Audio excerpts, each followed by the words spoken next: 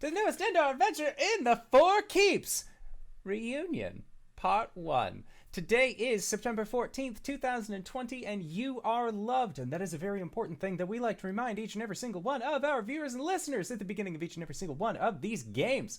If this is your first time joining us, you can go to youtube.com/indooradventures and subscribe to check out on all of the VODs that we have posted there from each of the games that we have played up until this point.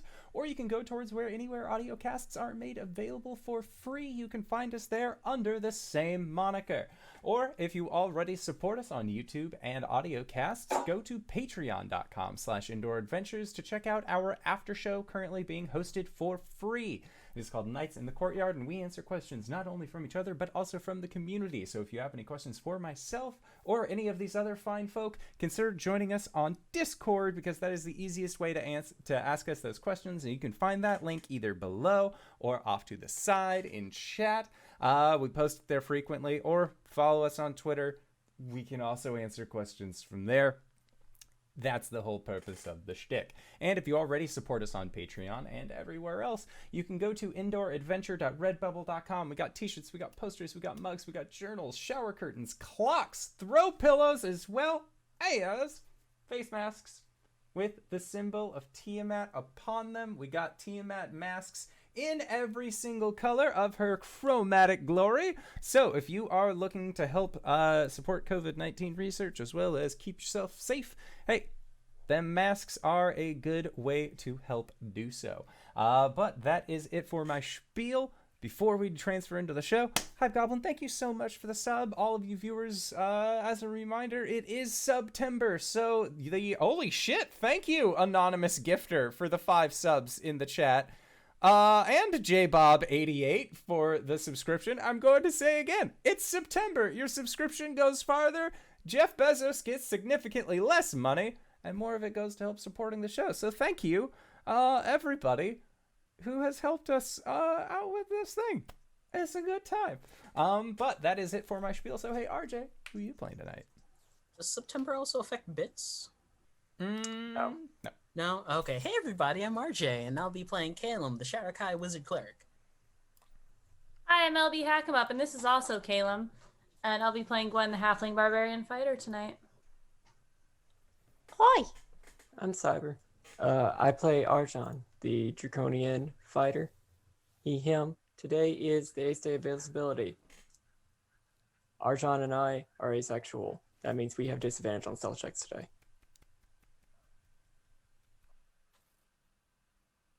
Hey everybody, I'm Wings, also known as Danae Keener. I'm playing as Cori the Elgin Paladin today. And I am the Indoor Adventurer, and tonight I shall be your Dungeon Master. So, last we left off, you guys ended up kidnapping Hotarai through a series of quick teleports with the Manor of Moon's Tear, and began the process of preparing yourself for winter.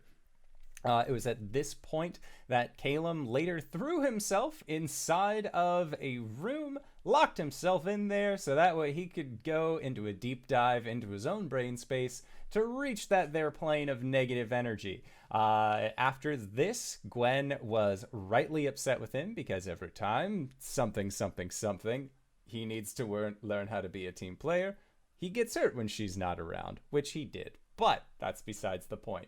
Cori ended up going off to her room, which now is in the form of Oliviette's ship. And as we left off last game, Gwen went to her room to stew. Cori is getting a guest room set up for Hotarai, and I believe Caelum and Arjhan were parting ways in the hallway near the rooms. It's still late in the evening, so Gwen, what are you doing while you are in your room, just no longer interacting with Caelum in this? Probably practicing axe movements, and then what time of day is this? It's nighttime, right? Yeah, it's pretty late at night at this point. Yeah, and she's gonna go sleep. Okay, sounds good. So cuddle Cybra. Excellent. Cori, I know, Danae, that you had messaged me earlier in the week that you wanted to host a team meeting. Is that something that you would like to do after getting Hotterai's room set up? Yep. Okay. Basically, to get his room set up, you just let Gideon know, hey, give this guy a space. And he will, he'll let you guys have your team meeting. He's going to go see what this house can do. Nice. I give him guest permissions. Oh, yeah. He gets the public guest Wi-Fi, but not the good shit that we all had the password for. No, it's the thing where you need a password, and then once you log in, it still prompts you like a terms of use screen that you still have to click accept before you can log in. Cori's going to make sure that her letter to Olivia is neatly folded, clearly labeled to Oliviette, and then put it like in a drawer at the bottom of her desk. Just basically put it somewhere that's not out in the open.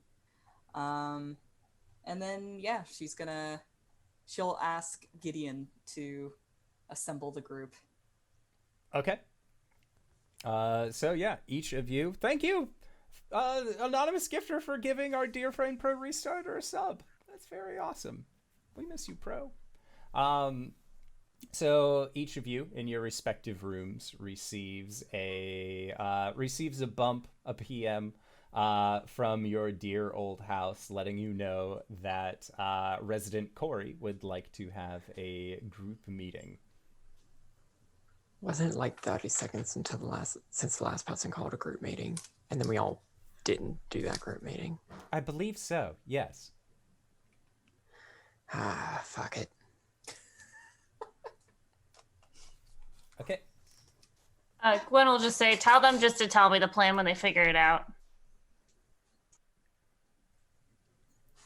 Amazing. All right, so Cori, I'm guessing that you were probably heading towards like the living room area, something like that, or the kitchen to then like host this meeting, or were you just going to like wait in the hall?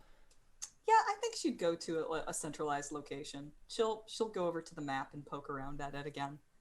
Okay, sounds good. So Caelum, you received the PM for group meeting. This time being designated by resident Cori. He has asked Gideon to put up a cork board in his room, and there are pages on the wall that have been thumbtacked in, and he's over a desk and just turns and walks out. Okay. All right, so Cori, you are waiting downstairs. Eventually Arjhan shows up. I'm guessing Arjhan is the first one to show up. And then Caelum ends up showing up as well. And you wait a little bit, but Gideon will let you know that resident Gwen has decided to abstain from this group meeting. Well, that should be fine. And Arjhan and Caelum, you will notice that Cori has changed from her autumn form to raven form since the time that you guys had seen her last, really. What's up? Oh, nothing. I called this meeting because I think we need to get our ducks in a row. All right. What is it, like 5 days left before we set our deadline? Your deadline is 6 days from current. Okay. In 6 days, I'm going to the Feywild, and I know Gwen is coming with me. In 6 days, we are going to the Feywild, yes. That is your decision. Cori just kind of nods respectfully at Arjhan. I'm not assuming that any of you are coming with me. But that's besides the point. We have limited time, so we need to be getting everything settled here before we leave. Right. I've set Gideon to return to the Goliath camp tonight, and Gwen should be able to handle things there. But it will move again in 24 hours after that.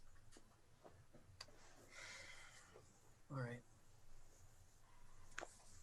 Are we moving anywhere else after the Goliath camp, or is it straight to the Feywild? It's randomized. It'll be randomized every 24 hours before we get to the Feywild. It needs... We need to keep moving. I don't know what's going to happen if the Raven Queen finds you. You know exactly what's going to happen when the Raven Queen finds me. Do we? Her spies come, they grab me, take me back to the Shadowfell, and from there we don't know what the Raven Queen's going to do with me. And that's why we aren't going to let them take you.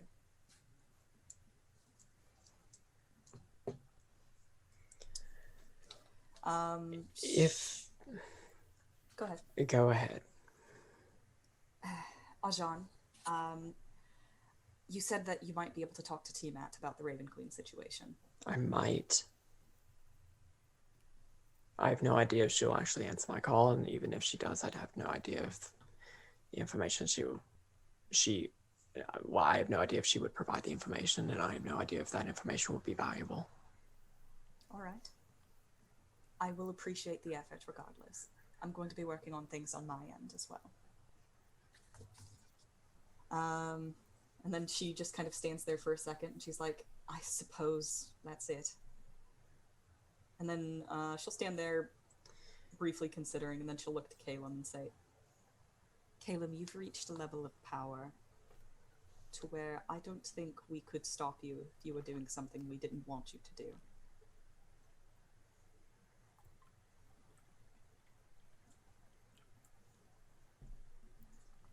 I'm guessing there is some form of don't coming.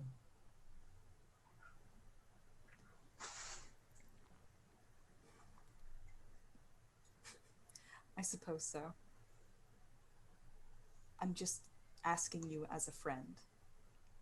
Please don't do anything rash.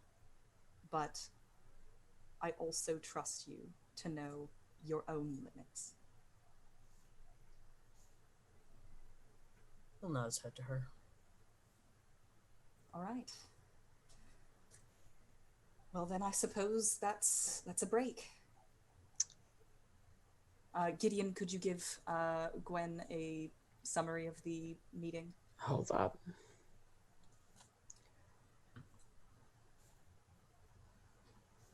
If the house is going to be moving around randomly every day for 6 days. Well, after we go to the Goliath camp. So, 5 times. What are we doing in that time? What are we trying to get accomplished in that time, and why are we waiting? Whenever any one of those days is a day that the Raven Queen could possibly reach us. I suppose we could leave early, but I can't deny the fact that there are things here that need to be done first. Once we get to the Feywild, we've basically opened the seal. Time works differently there.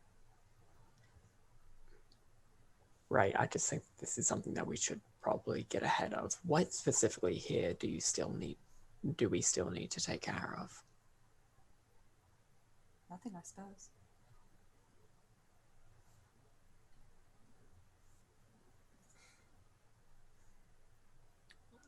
I'd like to talk to Chua at least a little bit. Maybe their speakers can Right, find out where. Of course, everything that I'm speaking about is something that we would deal with after we go back to the Goliath camp and speak with Chua, of course.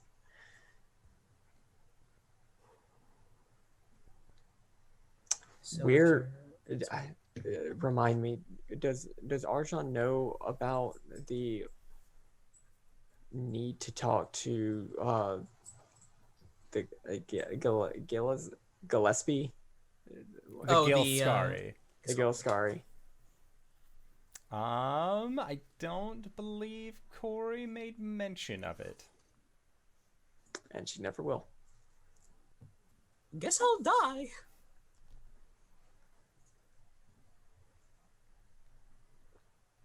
Cool. I have nothing more to talk about then. All right. Gideon, could you summon Haterai to my room, please? Gideon will confirm.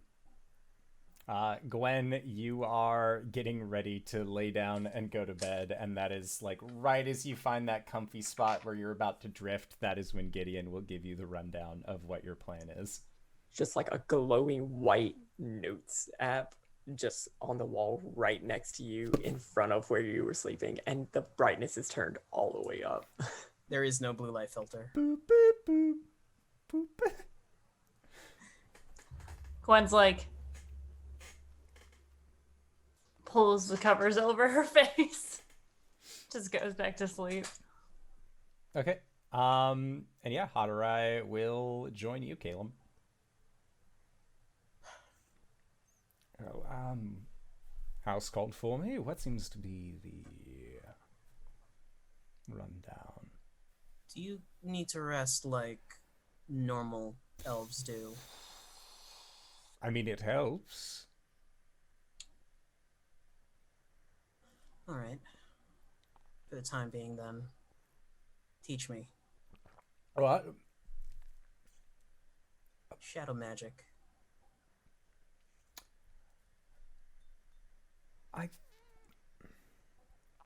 I think you might have the wrong idea of what kind of instructor I was before this. I taught magic history. Not... But you can manipulate. There is a difference between arcane knowledge and arcane ability. When I uncovered the book and opened the grimoire, that's when I became infused with shadow magic, as you described it. Caelum walks over to a bookshelf and pulls off a new journal and starts writing. And when you use this magic, do you tap into anything emotionally, or is it just something that's innate? I suppose it would just be something innate. I don't really control what the shadows bring forth. I mean, I kind of do, to a degree, but ultimately,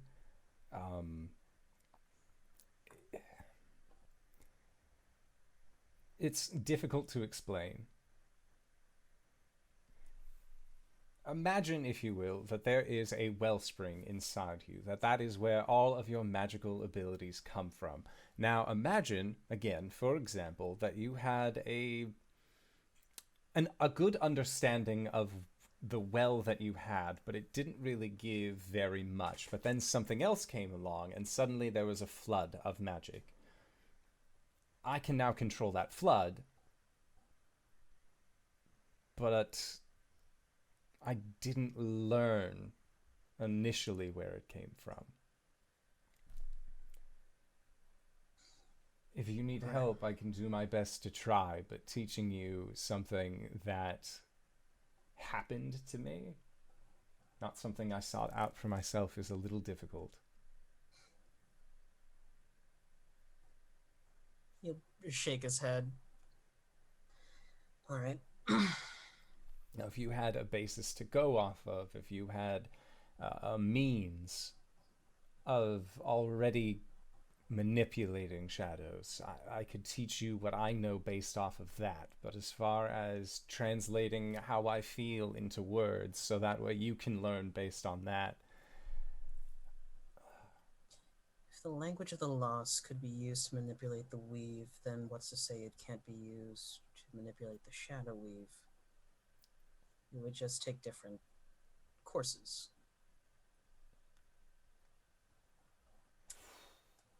Gideon chalkboard. Zoop. Caelum starts writing diagrams on the chalkboard, Okay. and he will ponder the weave and shadow weave for the night. Hadorai will help you out as best he can. This is also very interesting to him. He didn't know the language of the lost before, but you're just like big boarding this. If there is a source, then it diverges at some point. Get back to the circle source. Okay. Sounds good. So, Midnight transpires. The house moves. When you all arrive, you aren't near the tribe. Gwen, you are the first to wake up as you were the first one to go to sleep, outside of Caelum, who is just forever awake, but deeply engrossed in his work.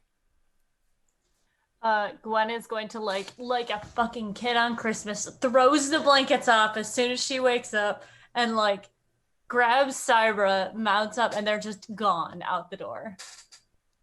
Okay. I'm gonna dive into Chua's tent and just tackle her. All right. Sounds good.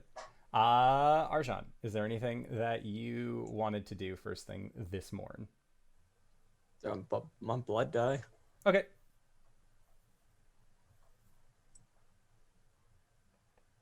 It's a 13. Not bad.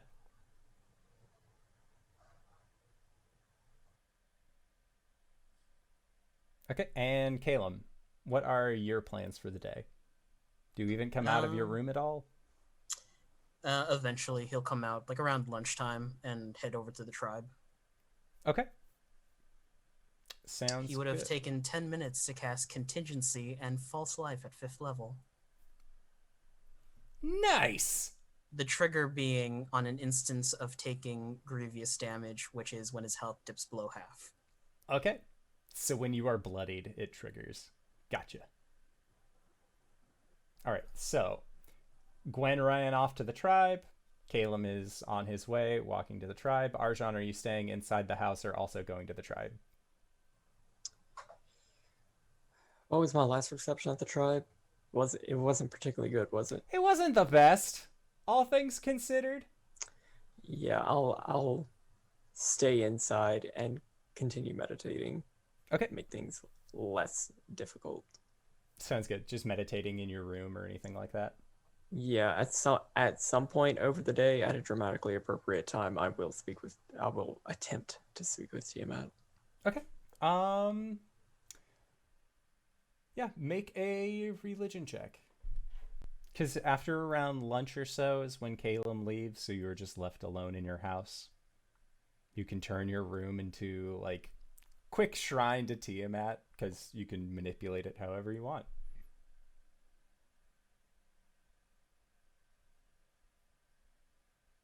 You're muted somehow. It was a 12. I Okay. was looking around for my abilities. Sounds good. So, yeah, with a 12, your message goes out, and you are just asking, what is the main question again?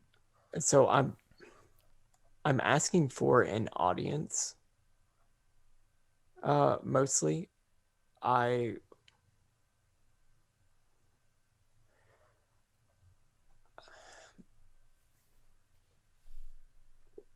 what I want to present her is I want to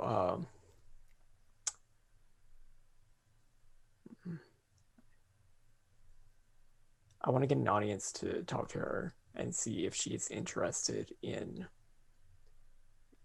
doing a favor for another, having another goddess in her debt. Okay.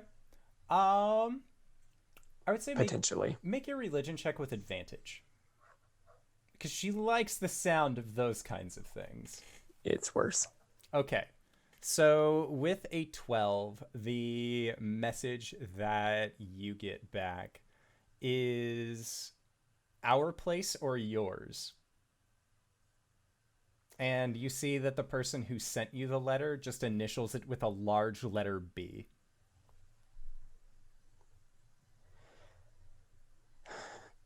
Potentially yours. I'm not sure if she would enjoy. Yeah, well, if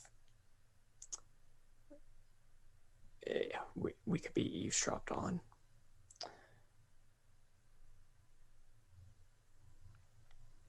Okay.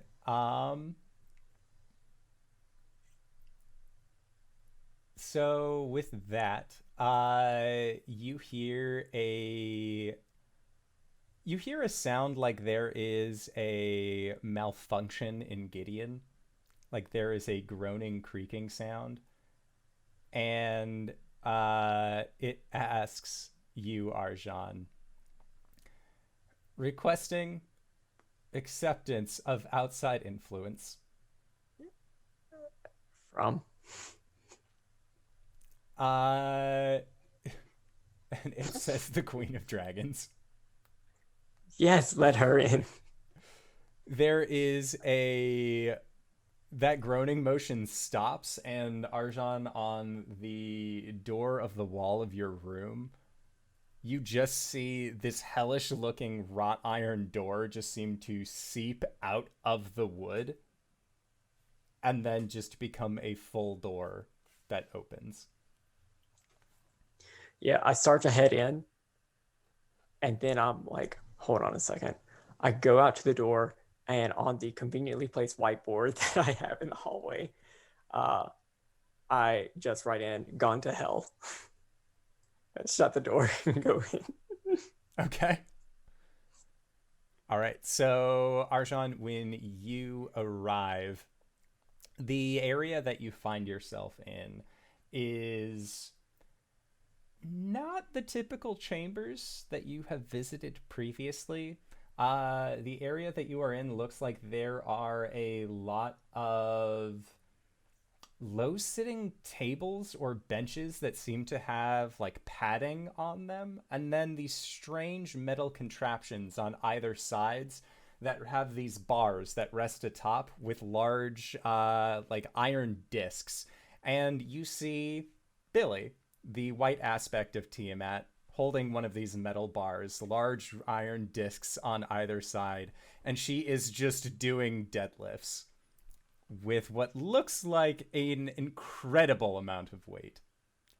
And then when she sees you, she just, and then like just pushes it off, and you see it go for a little bit, and when it hits the ground, it creates a dent. It does not bounce, it just goes into the ground. And she slaps her hand, and she comes over to you, and she is the tallest of Crown. And she and you are what, like 7? Are you 6'10" still? No, I've hit 7 feet. It's probably just like a little bit more now. Okay. Like 7'1". She is at a solid 7'4", so you are still slightly shorter than she. And she... Well, at this point, I'm on the ground. Well, like Yeah. I've kneeled. And she just comes over and grabs your bicep and just pulls you up to your full height. Oh, fuck yeah. And she looks at you, and you can see that, like, normally her and Kravenna hang out together, and normally they're wearing, like, tracksuits kind of thing. Like, she hasn't really gotten rid of the tracksuit. She's just opened it up on the front so that way it is more breathable.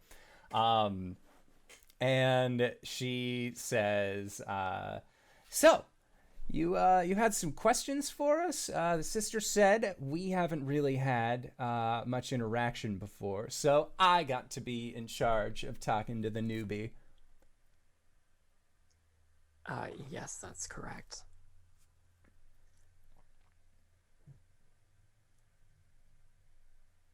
God, I'm trying to remember exactly how much I know about the situation,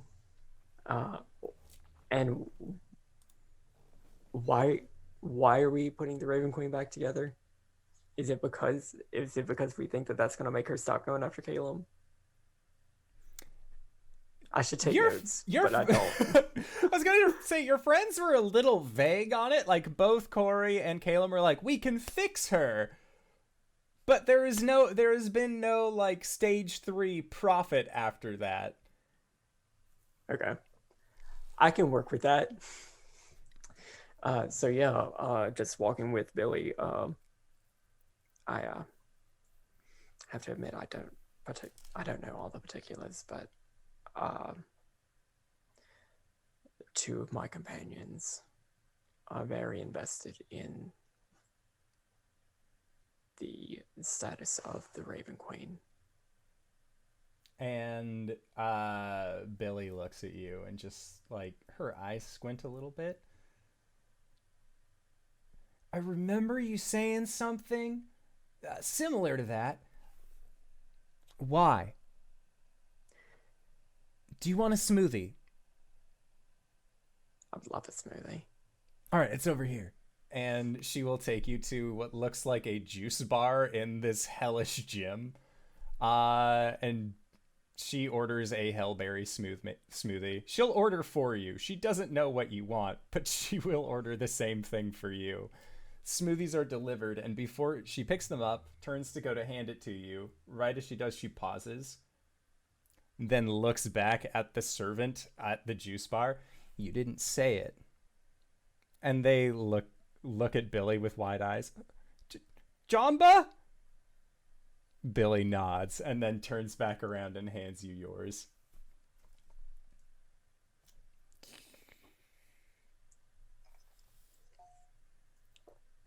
I don't know the why. I assume it has something to do with the fact that Caelum is entirely sure that she is hunting him down for memories.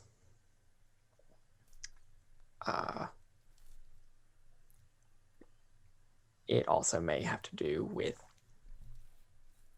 a very powerful item that we are carrying that she may have a vested interest in. It may have to do with the status of Cori right now and her current constantly dying status condition. But both of them seem convinced that if she were more whole, not split between these two aspects of herself, stuck in the same place, constantly vying and overstepping each other, it may help our situation to, stop Caius from devouring everything. The reason I come to you is because you are very familiar with being split into multiple aspects.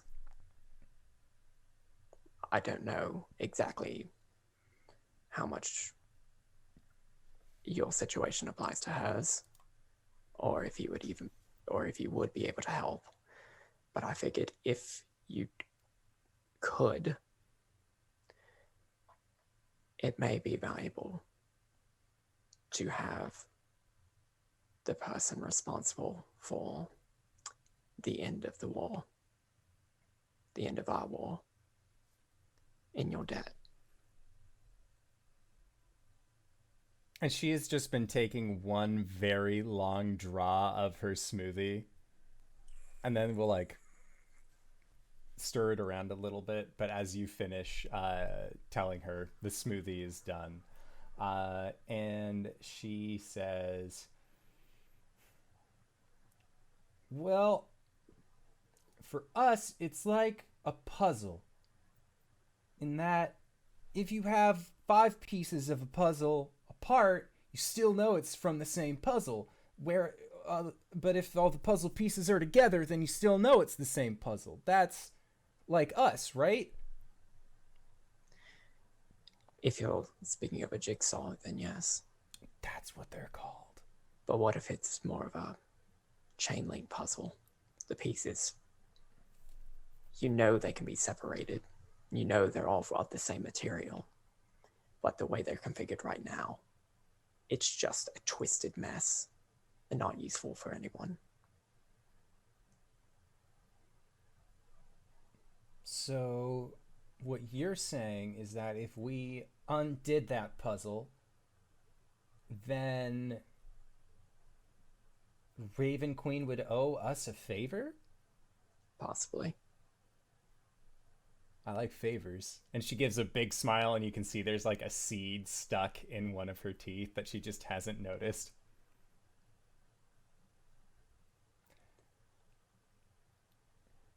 All right. And you want to separate the chain links or just make them same place, same time.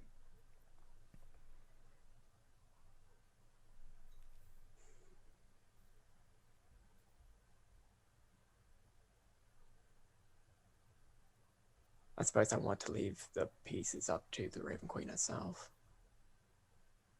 It just seems like right now she's stuck. If we unstick her, well, the goddess of dying, not being in this weird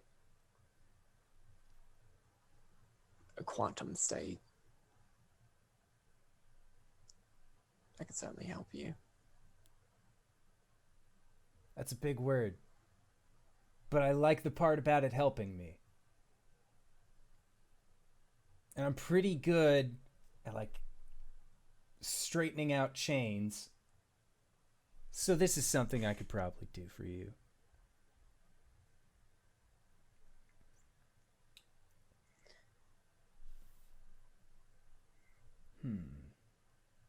She's pretty strong, though.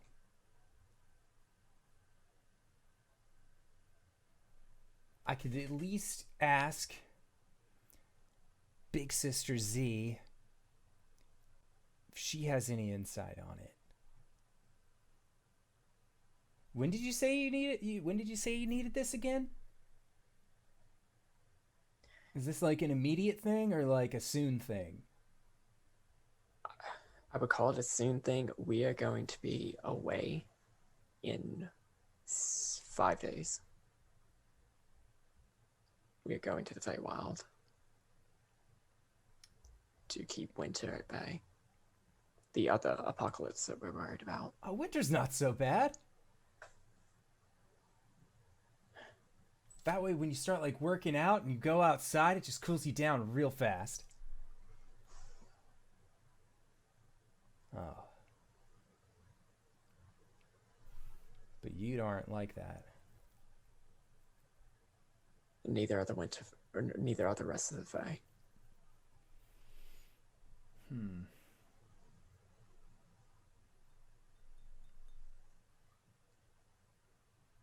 That sounds like a problem.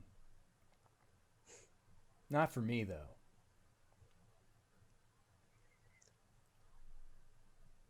Would fixing the Raven Queen stop winter, or... Fixing the Raven Queen will not stop winter. That is an entirely separate problem. All right. So it's a soonish thing. I suppose. You're not so bad, Arjhan. Got a lot of those big words up there. He'll just do the, like, deep nod. All right. I'm going to cool down a little bit, and then I'll talk to the sisters, see what they have to say. Thank you, my queen.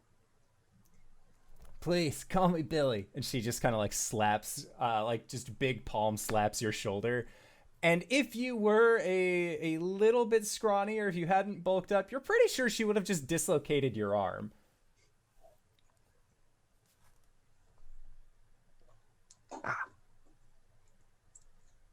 Right. I suppose I'll take my leave then. Yeah, and she will just like point over towards where you can see that there is just a glowing exit sign written in Draconic, but you get the feeling that upon exiting, you will return back to the manor. And I go back to the manor. Okay. Okay, so you've finished meditating, spoken with Tiamat. Is there anything else that you wanted to do? Nope. Okay. Gwen. Keep meditating. Sounds good. Gwen, you were in the Yeah. tribe. You found Chua.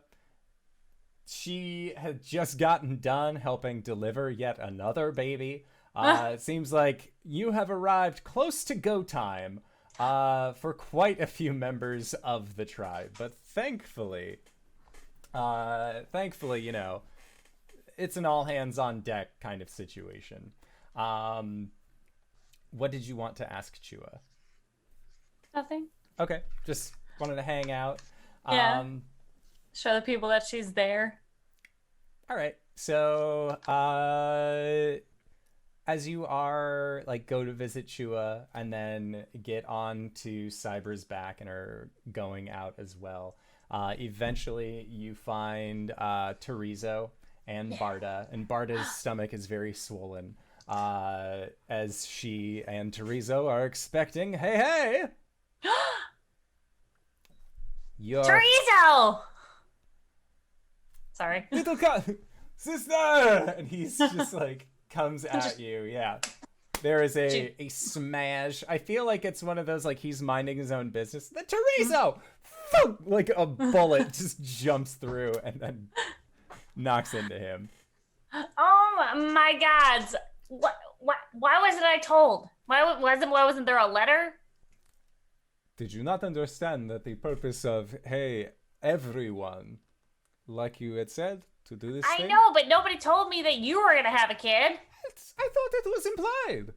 And What? Barda just like shoots him a look. It was not implied. So do you know anything? How far along are you? Yeah, we wanted to be a surprise. Oh my gosh, this is so exciting. I'm gonna be an aunt. They got 2 months. So after everyone is done, they will Yeah. then be the late ones. This is so exciting. How is everyone doing in the camp? They let you know that everyone is doing fine. Everyone really, at first it took them a little bit to get used to the long distance chieftain calls. But now, because there are enough young ones who have been around this for so long, many of them look forward to seeing their chieftain's face appear in the smoke and let them know about the grand adventures that they've been on. Respect is still held for the council that you put in place. All things considered, it looks like the tribe is actually in very good standing. That's awesome. There's been no trouble with like Dissenters outsiders or yeah. Because your near constant presence as a smoke person, as well as again the people that you put in charge being good at what they do. Yeah. If there was anybody starting to become a dissenter, it's just not talked about. Not even to the point of like rumors of dissension.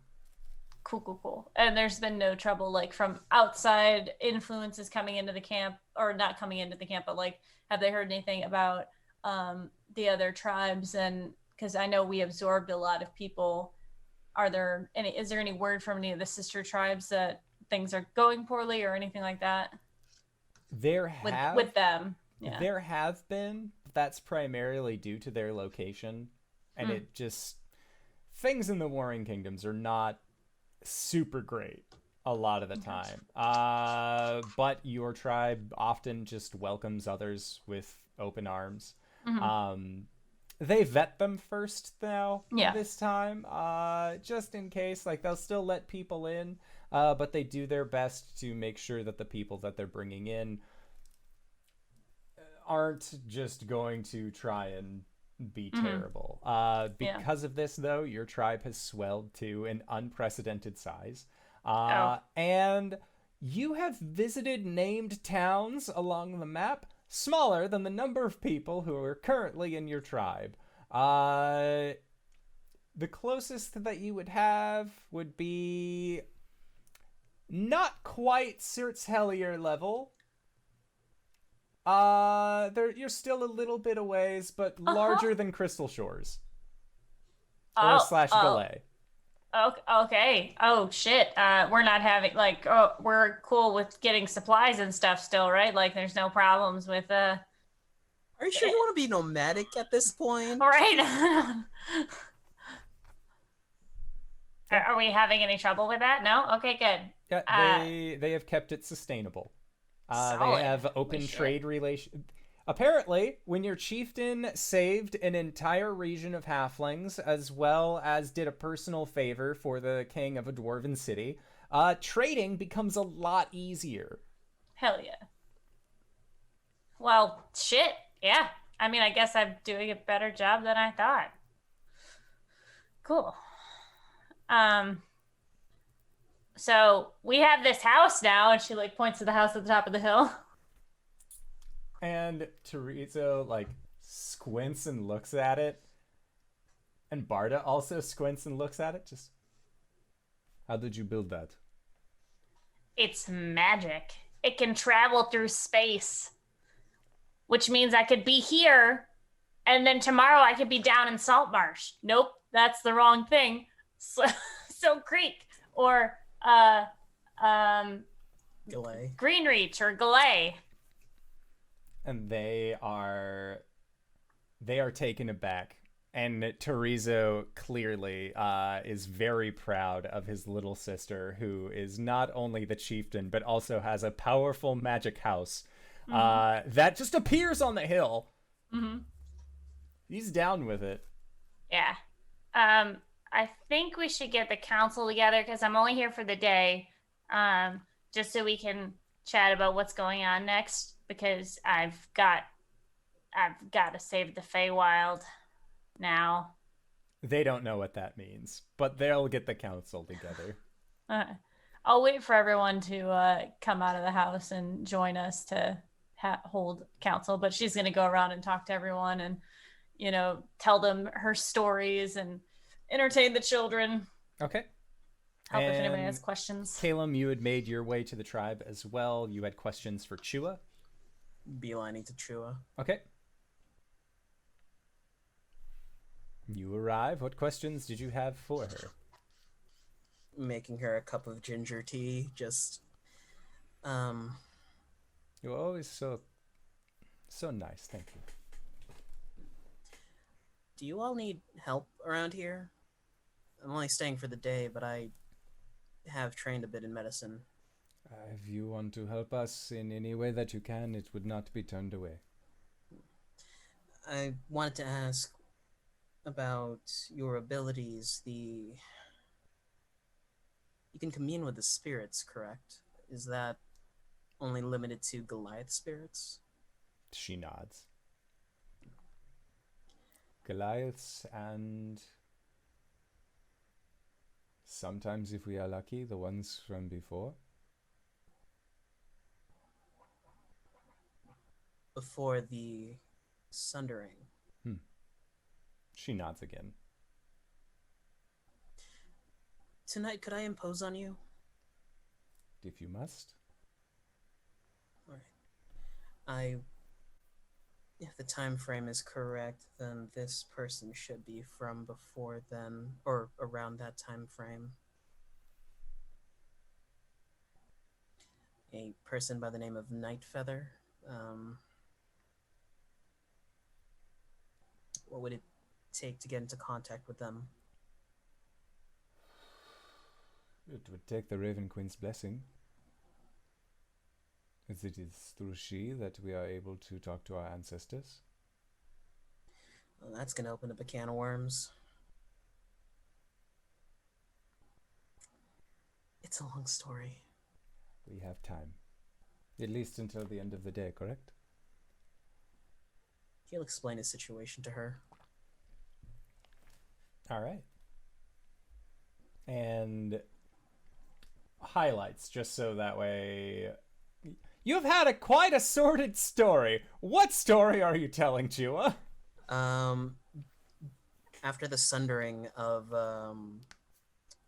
Alira and the material plane and the shadow fell and whatnot, there was a person by the name of Nightfeather who took it upon themselves to try and find the Raven Queen for some reason. He managed to go to the plane of negative energy. Not going to get into that, which... I don't know what happened, but in the case of elves, when they die, they become reincarnated and they're able to reflect on their past memory. But in my case as a Shadow Archai, those memories are locked away, and it has come to my attention that the soul that was once housed in me might be the same as this Nightfeather fellow person. And I have questions for them. She nods and says that she will try. Should the stars align? If things get too dangerous, just cut the connection. Why would they be getting dangerous? Because the Raven Queen is after me. I see. In retrospect, asking for a blessing might signal that I am here, and then people will come. Her people. It's not something I want to put the tribe in right now, or at all, considering that there are young ones on the way. She nods. So yeah, she will do her best. Are you planning on having this interaction being before or after Gwen's meeting, as she is waiting for everybody before holding tribal quest? It'll be after. Caelum's gonna go help deliver some babies. Okay. So Caelum goes, helps deliver some babies. Arjhan talks to the hells. Gwen, the day has passed by. Oh, what a time this has been. You go into the house. Do you just have Gideon let your teammates know that you're having a meeting? Do you go to their doors? No, Gwen's gonna go to their doors. She's not used to this newfangled technology. Right. So she knocks on Arjhan's door. Hey, Arjhan. Okay. So the first thing you see whenever you go up to knock on the door is "Gone to Hell." What the fuck? Run to Cori's door and just bang on it. There's no response. Gideon, where the fuck are my friends? Arjhan, would you have bothered erasing the "Gone to Hell" once you got back, or would you have just left that out? No, I didn't erase it. Yeah. Does Gwen come after I've already come back? Yeah. Okay. Yeah, this would have happened much later in the evening. Your interaction with the hells was maybe 30, 45 minutes tops. So as Gwen is going away, Arjhan opens the door and looks around the hallway. Does he see Gwen? Oh, yeah. Hey, what up? Nothing. What's going on? What's up with this sign? Oh, Is it funny? No, I went to hell. For why? To talk with my god. Oh, how'd it go? I think it went well. She might be able to help with the problem that Caelum and Cori are having, that I'm really not sure what it is, I guess. Well, I'm glad we've all worked on our communication skills over the past year we've been together. Anyway, what's up? The meeting. But he didn't, and he still doesn't know. You had notes! Yeah, but they were sent at a really inopportune time in the evening. It was a whole thing. I'm saying he doesn't know what's going on, and he was at the meeting. No, I don't know why we're trying to fix the Raven Queen. I know that I am trying to help do that. Mm-hmm. We're gonna do a council down at the tribe. I was hoping you could come. All right, sure, that's a good idea. I mean, yeah, everyone loves me, so therefore they love you. That's not entirely true. Well, then prove them wrong. Okay. Where's Cori? Yeah, there's don't know. still not been a response on your door. And Gwen, when you ask Gideon, where are my companions? It let you know Arjhan was in Arjhan's room roughly around the same time that he opened. And it says, Resident Cori has not been within the house since the previous evening. Cori. It was after your team meeting where you let everybody know that the house was going to be teleporting every 24 hours, what the plans were over the next few days, making sure that you go to that the house is going to go to the tribe, that you left in the middle of the evening. Caelum, you were distracted learning the intricacies of shadow magic with Hadarai. Arjhan, you were sleeping like a regular creature should. And Gwen, you were also sleeping like a regular creature would. Cori, as you exit the house, clock strikes 12, and you watch as the manor disappears, leaving you down near Caelum's old temple, where you guys had deposited the house previously. I believe you were going to be casting a Find Greater Steed at this point. Mm-hmm. Yep. So, mark off that 4th level spell slot. Sure will. As Ampleforth arrives in their full glory. You are in raven form, so they definitely have that darker color palette. They look like a formidable creature. And as the effects of Greater Find Steed appear, they sprout a set of very large jet black wings from their sides. And Ampleforth just looks at you, and it has like this very ominous looking aura, but then Cori actually smiles, and she'll walk up and like touch foreheads with him and like pat the sides of his face. And then she'll mount up and take flight. Okay. And you fly for the better part of the day. You have a goal in mind of where you would like to go, and once you are above the tree line and begin your flight towards the area, you see that there is a large mountain that juts up from the forest below. And based off of the maps that you have seen, you would guess that that is Mount Renstrom. All right. I'm going to try and navigate to the place that I'm supposed to go. Okay. So, as far as place where you were supposed to go, you knew that you wanted to head towards the center of this forest. Mm-hmm. And looking up at this mountain, that seems like it is at least a good target for you. As you are making your way, roll a perception check, and this will be at disadvantage.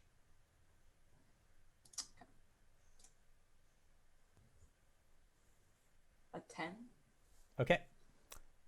So, as you are mid-flight, you do not see a hail of arrows shooting up from the treetops below that target Ampleforth. No! Okay.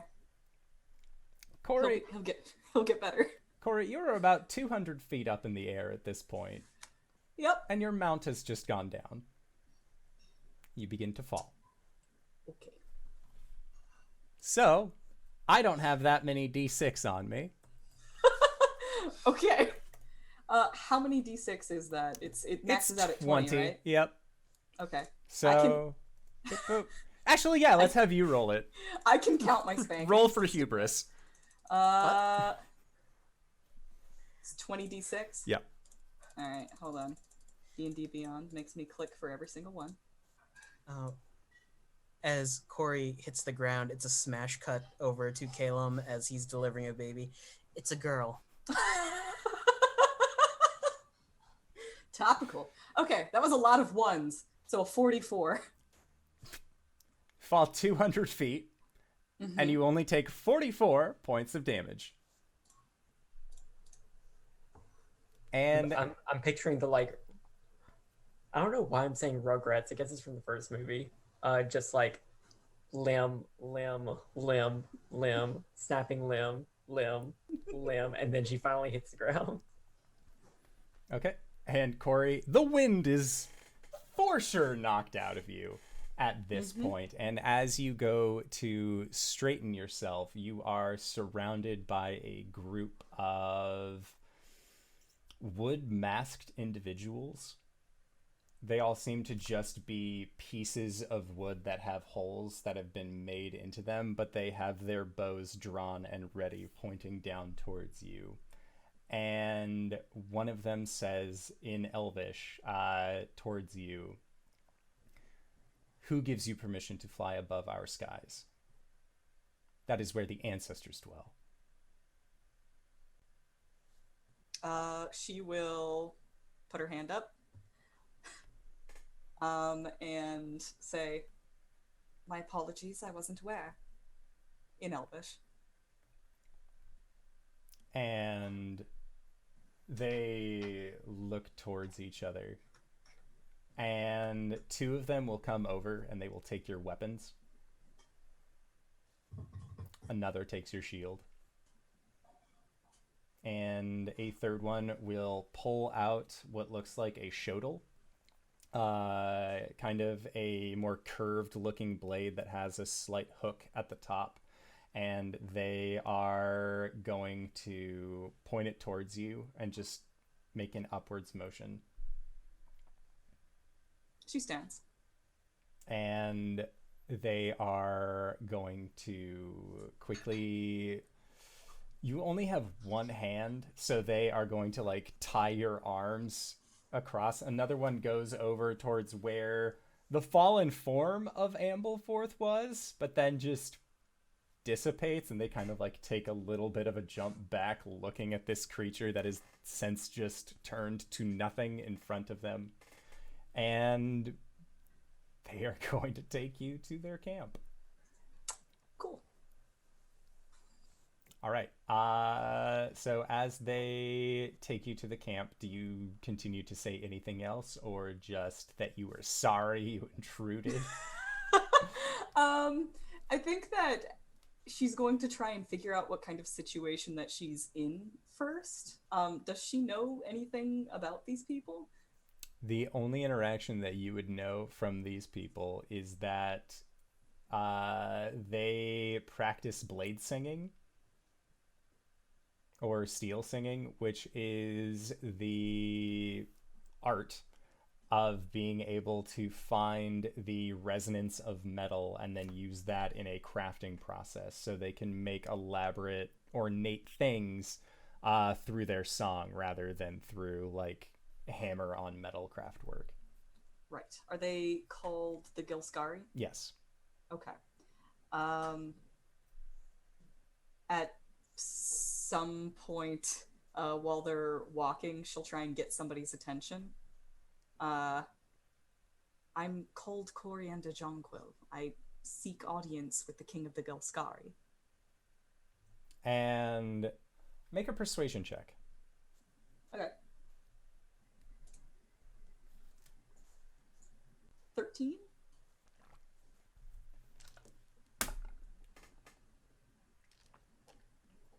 And this individual, as you say that, turns and looks towards you, and they will say that they have a like oak mask on, and they say, "The Gilscari have no king."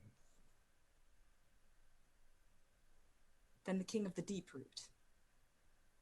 And the face, expressionless due to the mask, just looks at you and then just looks forward. They don't seem to recognize that name. Arjhan. Okay. And eventually you are led back to a small encampment. And in this encampment, you can see that it is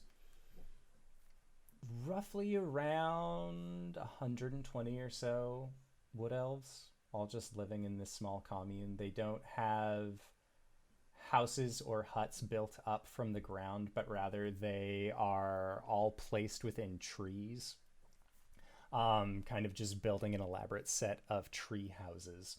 And when they get to you, you see some of them like climb up these sets of trees, but then they realize you are tied and will lead you over to it is a pulley system that will actually be able to drag you up. It seems like it's not kept in the best of shapes. It seems like this is used primarily for large game that has been hunted, so it is covered in a little bit of blood that you are guessing came from large animals within the woods. And they eventually take you to a small holding facility. And they just push you down, so you are sitting onto the ground. They have your weapons, they have your gear, and they make their way out, leaving you tied to the center of this tree. Almost like a protester. But you didn't tie yourself there. Amazing. I suppose Cori sits and waits. Okay. So, as you go to sit and wait, having run away from your party in the middle of the evening, and Gwen, you and Arjhan at least, have come to the awareness that Cori is not with you and has not been with you for some time, that is where we are going to go into our break for the evening. So I'd like to say thank you to everybody who's decided to stop by and join us so far. We're going to try and be back in 5 to 10 minutes, so don't go no place unless it's to grab a food, grab a drink, grab a friend, or possibly go to indooradventure.redbubble.com, pick yourself up something nice, and we'll see you guys shortly. All right, everybody. See you soon! Hello, everybody! Steven. What? I'm blue, abba-dee-abba-da. That's all I got. That's as much effort as I was willing to put into this week. That's okay. That's fantastic. Audiocast listeners, you just missed out on a great visual gag. You should check out the YouTube, see more fun stuff like this. It's great. So, speaking of fun stuff, that's super great. Cori's missing from the group. Gwen, you and Arjhan are the only two that know this currently. Hadarai's just been hanging. He's been sleeping a lot today. He spent the last 2 days hanging out with Caelum, pulling some all-nighters. He a tired boy. But what are the two of you guys doing? I'm sorry, did you say last night? That is correct, Resident Gwen.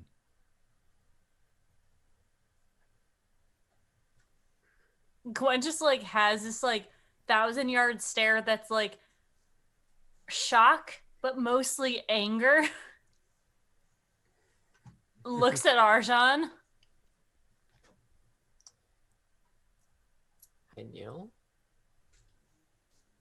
Yes, my liege. I'd like to get the location of a contractor. Of a consultant, excuse me. Which consultant, my liege? Coriander. Yeah, no, don't worry. She's fine. She's off doing her own thing. She doesn't want us to be involved. It's fine. Let's go do the thing that we're supposed to be doing right now. Fuck! And Gwen just turns around and walks away. They are within a Gilscari encampment, my lord. Within a Gilscari encampment, thank you. You hear, you can't see it, but you can hear Newell give a little bit of a smile at being told thank you. They like confirmation. So, Gwen, you are storming out of the house. Yes, I'm going to ride Cybra back to the camp. Okay. And join Caelum's there? Yeah, he was delivering babbies. Cool. He'll walk, she'll get off Cybra, walk past Caelum and be like, we're doing a council now. Please come with me. Arjhan's coming too. And Cori's fucking gone. It's fine. She's off doing her own thing and didn't tell anybody. Like usual, okay? Let's go. I'll be back, Sigourney. She just nods and tells you thank you. Gwen is at this, at her seat in the council, just arms crossed, just if she was a cartoon, there would be fumes coming, flames On the side of a face. There is a not antagonistic aura, an animositous aura definitely around Gwen at this point in time. She's a little angry. Should I say for fear? Nah, Save you're for- fine. You're not one of her enemies at the moment. At the moment. You fuck up again, though. Swear to God. So, Gwen is sitting in the largest chair in the council room. There are places set up for Arjhan, for Caelum. They did not set up a chair for Cori, as they were going to. Then you said Cori's not coming, and they're like, well, there doesn't need to be an empty chair at this table then. Let's just move that off to the side. That's fine. And Gwen, council begins. Hi, everyone. Thank you Hello. for coming. Hi. Yes. I'm so glad that everything's going so well here and that everyone is just, I mean, y'all are doing the best I could ask for. I'm so proud to be your chief and to have you be so productive, and I'm so thankful for all of you. Thank you so much. Really. And they all, Having reliable people is just so important to me. yeah, and like the Goliaths all look at each other and nod, just like, yeah, we're fucking killing it. Yeah, like, the regional manager said that that our branch is doing well. I know that we're expanding with the babies and with people coming in, and I just want to make sure that we're thinking ahead. We're going into winter, right? Yes, you are currently in a very late summer. They believe that after this summer ends, they will have their fall, and then with the fall, that will lead into winter. Gwen, you know better. So, what I would like is for us to, I would say, over prepare for the upcoming months. Get supplies. I'm thinking that this winter might be. Well, is this like with everyone or just the council, right? This is with just the council. Okay. You had claimed that you only wanted council members, so you only called council members. If you Yeah. want your council chamber to just be like in the pavilion and people passing by can be like, hey, like you totally No. can as well. Closed door session. So as you know, the Feywild is having some trouble. If you need any understanding of what the Feywild is, we live on the material plane, which is everything you see around you. There are layers, like the spirit realm, right, is a different layer, but sort of like ours. This is a completely different layer of the worlds. And when they have trouble, it might spill out into our realm. Like Greenreach had a very interesting time where they had winter in the summer. Do you remember? Yes? Yeah. So that might be happening. We, the three of us apparently, are going to go and try and help fix that. With this, as you know, I was gone for a few months. Time passes differently, as it does in the spirit world. And I don't know when I'm going to be coming back. I don't know if I'm going to be coming back. If that's the case, I trust that you all will choose your next leader with, respects and with consideration for everyone in the tribe. I don't expect that to happen, but, it's always good to plan ahead. So, Caelum, when are we leaving for that? Apparently, it was going to be after our stint here in the Goliath camp. So very soon. Is there anything you need from me while I'm here? Because Casil of the livestock community raises their hand. Not to sound Yes, morbid, Casil? but is there a time frame? If you are going to this other plane, how is there a limit to how long we wait before electing new chieftain? You have been gone for months at the time before. Is it like if we have not heard from you in like a year? Well, 2 that's a good. years? What is? That's a good point. And like, the others kind of look at him and just like, come on, guy. And he's like, no, it's practical. We are Yeah, trying no, to- it is very Elmo practical. raises his hand. I can attempt to contact Chua while we're there just to get an update on the time. If Gwen would, your chieftain, would like to hand power over to the next in line, then I can confirm that. It just might get lost in the communication. So let us have writing down Right. that says think- if such and such a thing happens over amount of time, Right. we elect new chieftain. Right. Well, how about this? We pick a steward, which is like a person who's going to sit in power until the chieftain comes back. And if in a year I'm not back, then the steward becomes the chieftain. Then who will be this steward? Well, we need to decide that. Sits back and kind of folds his arms. Do we decide? Does everyone decide? Well, I think I don't have a lot of time as far as like today goes. So Then you not are the that chieftain. well, I know. I'm just saying, like, I want it to be everyone.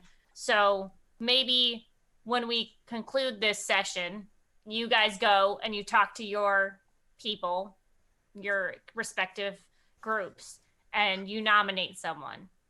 And then we'll come back later tonight and everyone will put forward their pick. And I mean, I could just pick someone right now, but I don't want to. You are the chieftain. Oh, okay, cool. Show decisiveness. Yeah, no, I mean, like, I can pick someone. I just don't want anyone to be pissed off because I'm gonna be gone. So if I'm gonna pick, then I'm gonna pick. Is anyone gonna have a problem with that? Casil shakes his head no. Barda and Teresa both shake their head no.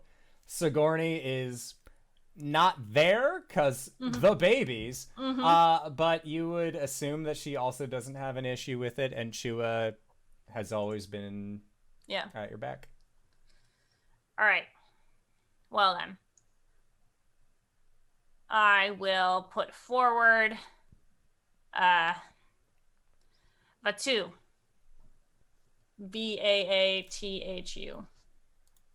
aka the Ribbon Maker. The ribbon maker? The Ribbon Maker. I'm assuming She's my this is- alt character. Okay. Sounds good. She's part of the hunting party. And in my mind, she is very close with the council. She's like Teresa's number 2.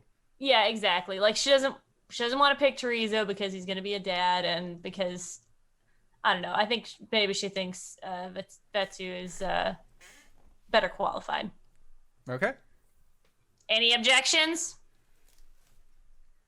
They all sort of like look at each other, and eventually some more looks fall on Casil, and Casil just shrugs his shoulders.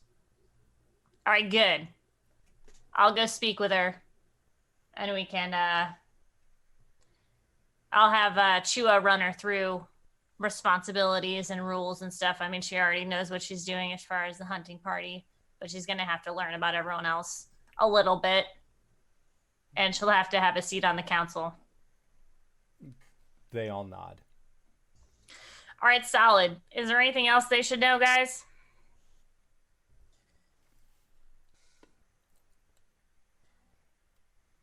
Caelum stands. The council recognizes Caelum. Hi, This might be- Caelum. Hello, Council.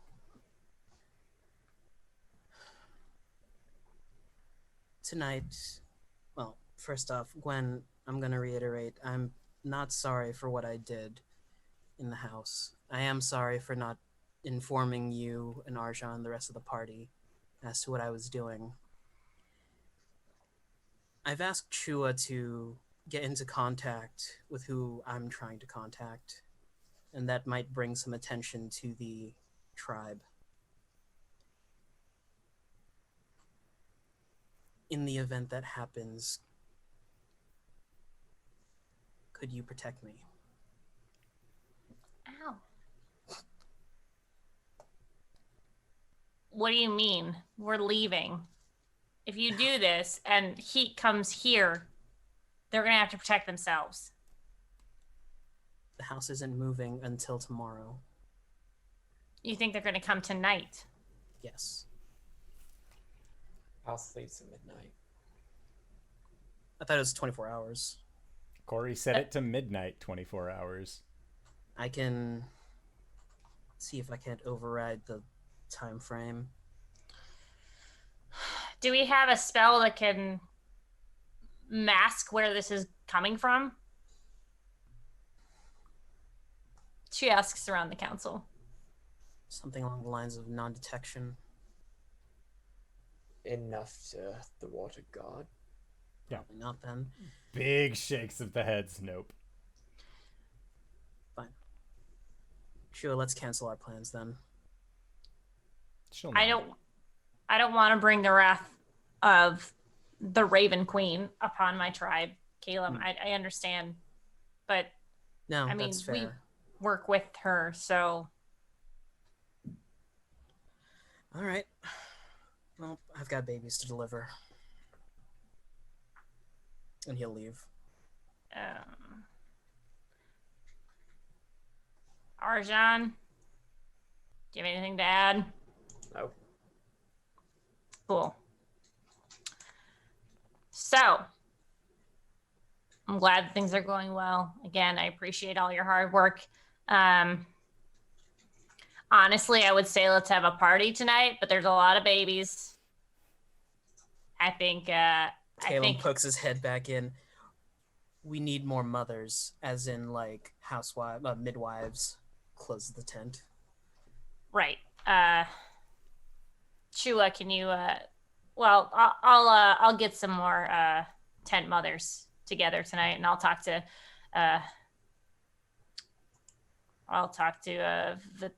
what did I say her name was? Vatu. Vatu. I'll go talk to Vatu and tell her Stuart. what's up. Yeah. Does anyone else have anything they need of me tonight? They shake their heads no. All right, cool. That house, by the way, fucking sweet. I can transport it anywhere. So I'll be coming back to visit as much as possible. You see that house on the hill in the morning? It's going to be a good time. And they all just sort of like look to each other and like thumbs up, like, fuck yeah. All right. Have a glass on me tonight, guys. Okay. Sounds And I'll good. go talk to Vatu. Sounds good. So, back in the Gilscari woods, Cori, you have been tied up. You are waiting patiently for someone to come and speak with you. And eventually, the doors open, or not really a door, more of a flap that seems to extend in. And in walks a elven man who stands roughly around 6'1", bald, a little bit of a notch missing out of one of their ears, and you can see that they do have tattoos that seem to come up from their neck onto their face. And it looks like branches that go along to the cheekbones, and then tattoos that extend outwards from the sides of their eyes as well. They are wearing a rather deep green looking robe and just sort of have their hands inside of the sleeves of their robes in front of them as they come in. And as they approach, you see a well-dressed looking guard. Not well-dressed in the same sense of very nice looking robes like this other individual, this bald-headed fellow.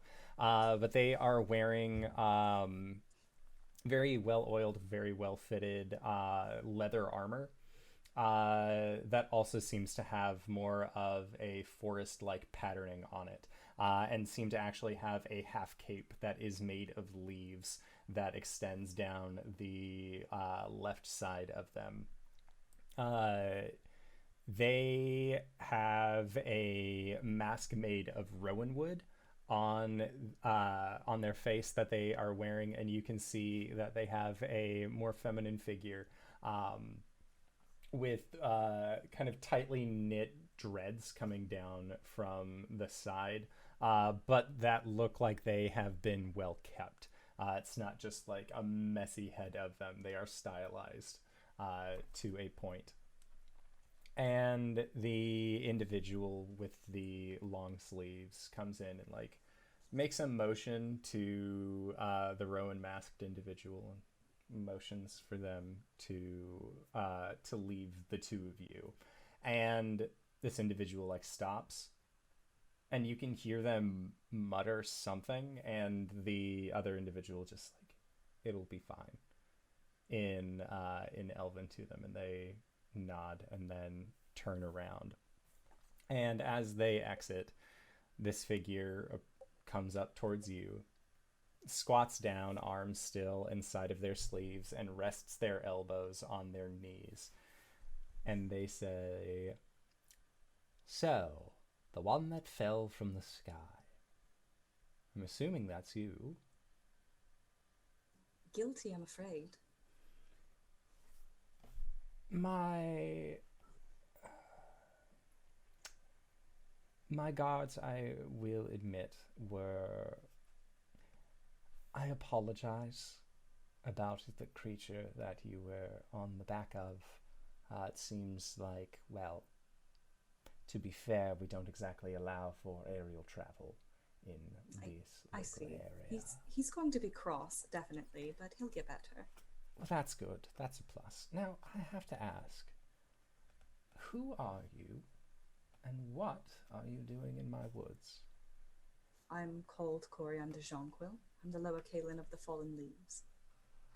And I am trying to save the Feywild.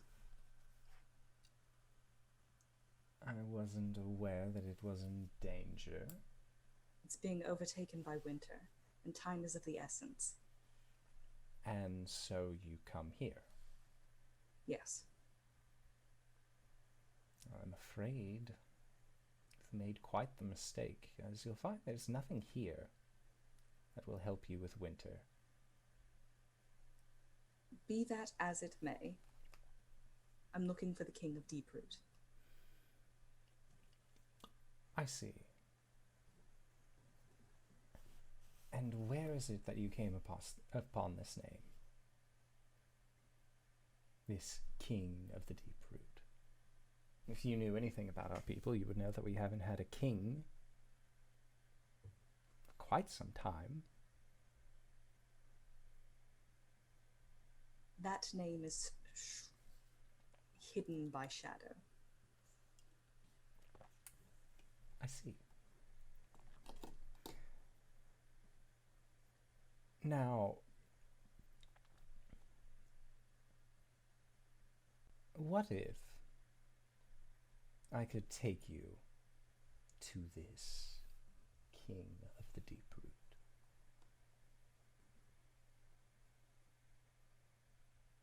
Say the name is that the name which gave it to you was hidden in shadow.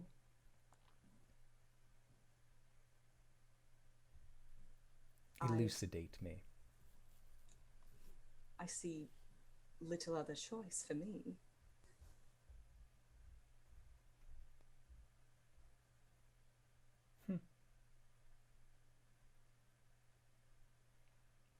They just like kind of like dismissive wave towards you. I just need him to read something for me. It's Make a beyond my persuasion check. Okay. It's beyond my understanding.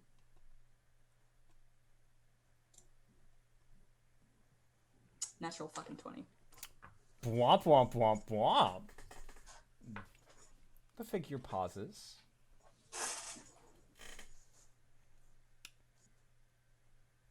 I see.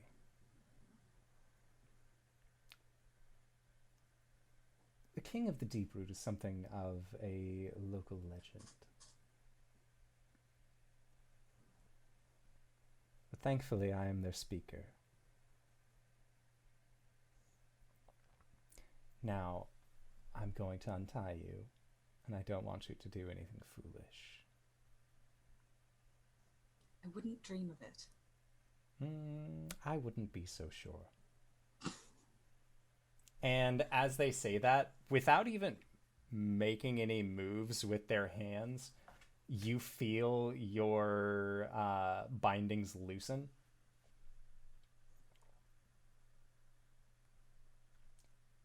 We must go to the mountain if you are to meet this king. I see. Yeah. You have not actually given me your name. Oh, yes. How very clumsy of me. I suppose I'm Speaker Nadayo. That's what you suppose. No, that is my name. I was just supposing it was mighty rude. You're rather cheeky. You're from around here? Not at all. The Feywild, of course. I see. And they will stand up and offer you a hand. Yep, she'll take it.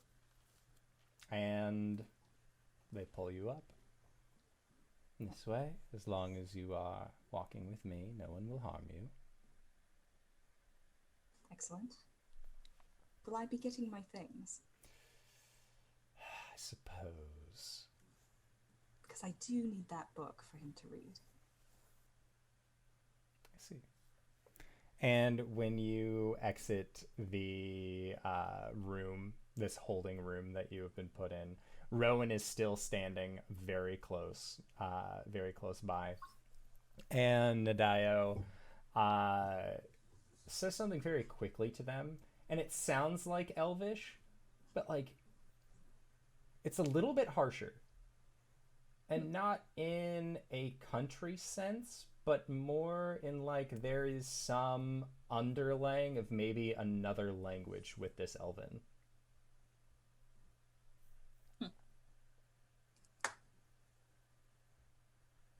Rowan nods, and as the two of you begin walking through this treetop village, you see that there are plenty of other of these Gilscari people. They seem to be going about their days. You have tanners, you have yeomen, bowmakers. You see that there are a plethora of fruits and other vegetation that have also been grabbed and are almost like a market style setting, but it's primarily barter based. They don't seem to really deal much in coin, just being a more secluded group. And as you are continuing to walk, you actually hear a very sharp voice coming from a very small figure. And in Elven, you hear a child say, "Papa." And you look over, and there is a little Elven boy who runs over to Speaker Nadayo, arms outstretched, and Nadayo picks them up and actually like twirls them around a little bit and sets them back down. Make a perception check.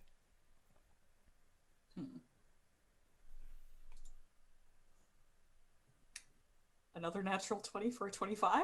Okay, so as they lift up this small child, you see the sleeve of their robe extend down, and you see that they have a leaf patterning tattoo along their arms on both sides. And it seems like they are aspen leaves, just very small, almost shield-like pattern leaves that extend down both sides of Speaker Nadayo's arms. And then they set this child back down, give them a kiss on the forehead, and then just tell them to, you're guessing, run along. Once again in this Gilscaran dialect of Elvish. And eventually, after this interaction, you reach the end of the village. And where you are, Rowan has a bindle that they just shove towards you. She takes it. She'll kind of like just sort of like weigh it with her hand to try and feel like if there's anything missing. Okay. And as you do, Nadayo just like puts their puts their hand up towards you, Cori, and just, you will find everything of yours within your sack. We don't like to take from the outside. I see. That's understandable.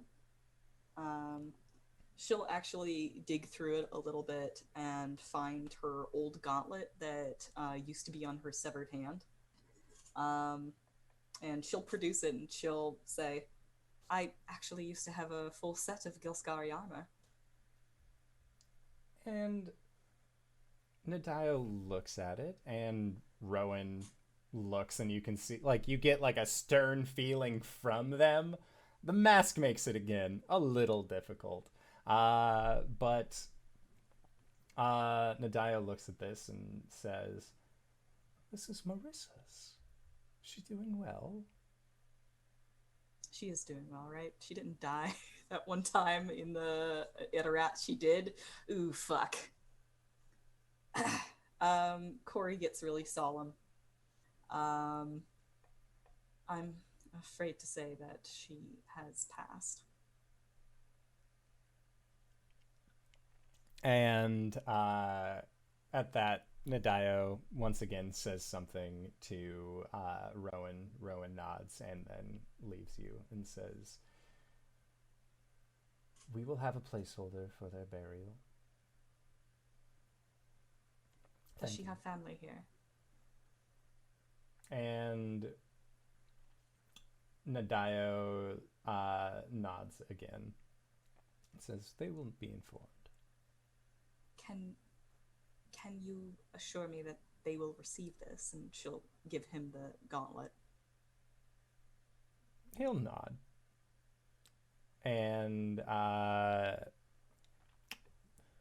as he takes this gauntlet from you, he calls on another one of these Gilscari guards, speaks to them, hands them this gauntlet, and then sends them on their way. And you and Speaker Nadayo make your way out of the city and begin heading towards Mount Renstrom. So, back with the rest of the group. You have just gotten done with your heckin' council. Gwen, you are speaking to your replacement chieftain, your steward, which most of the Goliaths don't seem to know what the correct pronunciation is, so they are calling them the Stewart while you are gone. Caelum, you were delivering babbies, wanted Chua's help, weren't getting Chua's help on a thing. Not getting Chua's help. At some point, he will, after delivering one, turn to Sigourney. I'll just be a moment. I'm going to take a few minutes of rest. She nods. Just gonna go find Arjhan. Yeah, Arjhan, what were you doing after the meeting? Did you go back to the house? I was going to, yeah. Okay. Or I'm probably like hanging around a little bit because I mean I do need to at some point talk to the party who is present. How much venom can I stick on that?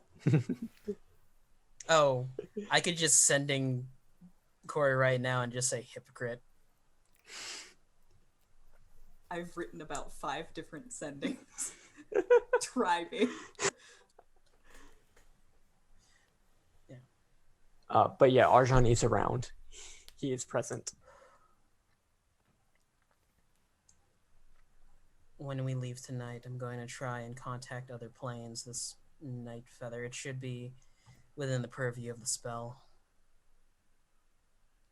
While we're transitioning that way, it's a lot harder for you-know-who to come get me.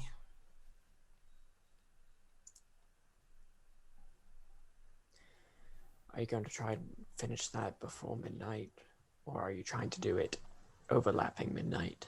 Overlapping midnight during the house's move. See, I'm afraid that if we do that overlapping midnight, that's pretty much the same thing as starting the next day. We still give away our last location.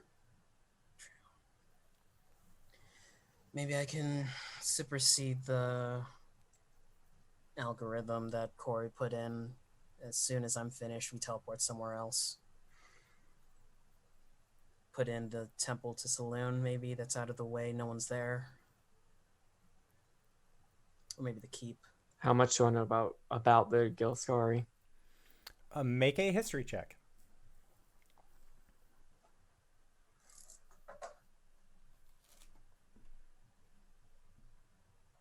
Why am I so much better at history than I am religion? 19. So the Gilscari are wood elves that live in the southwestern region of the continent. Primarily, they are very territorial. They don't like many people coming into their woods, and you know that they have had a tenuous at best relationship with the community of the Gated Glen. And they have sort of marked the river as the boundary of their territory. Okay, so I do know where they are. Yes. Most people know where the Gilscari wood is, primarily because the Gilscari want you to know that it is not okay that you come into that area. Yeah, and that's the closest to Cori's location. Are we going after her?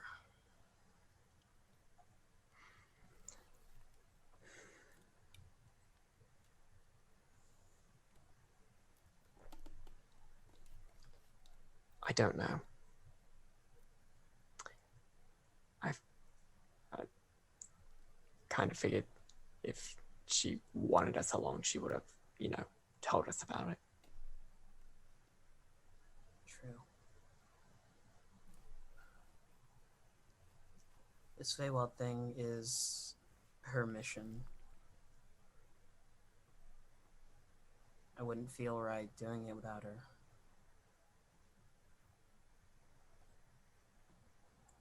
Besides, we'd be risking our necks for the Feywild. Well, in hindsight, we could also take all the glory.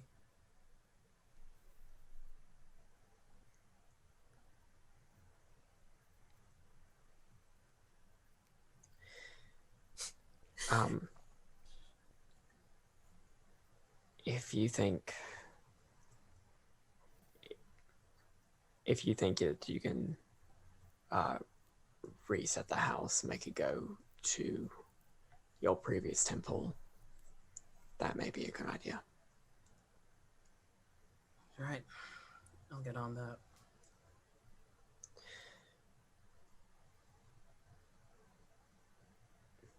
Yeah, I guess, and then I guess, like, Arjhan's gonna be hanging around until both Caelum and Gwen are in the same place. I guess. Until we're back in the house. Yeah. I'm attempting to get us back to the Temple of Saloon tonight when we leave. Okay.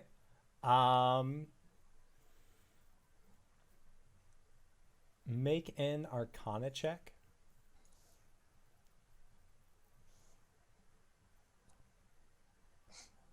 27. Okay. So as you were attempting to set this to the previous location, Gideon lets you know that you must go to a new location before using your old location as a valid point of transport. But this is our new location. Wouldn't that supersede becoming our old location if we teleport back to the Temple of Saloon? It is, so effectively it is the last place you teleported from. You can't immediately go back to. I know, I have was just to go trying to to a new one. paradox him into it. So it'd be an extra 20 minutes after midnight if we... He's going to move around the schedule a little bit. So it's going to be Galay and then the Temple of Saloon. Can we double hop? Yeah. It's just going to take 20 minutes. Okay. I mean, that's fine. In fact, how long does... I'm not there. Where do you want to go? I was going to say, if we're double hopping, that might be a good point to do particularly powerful spells that may draw attention to us. Mm-hmm. That was the same hat. Okay. I got everything set up. Yeah. Okay. I'm going to clear the programming then and make Temple of Saloon Final Destination, Galay, and then... Oh, gosh. Gee golly gosh. Not the Dragon's Ford. Or...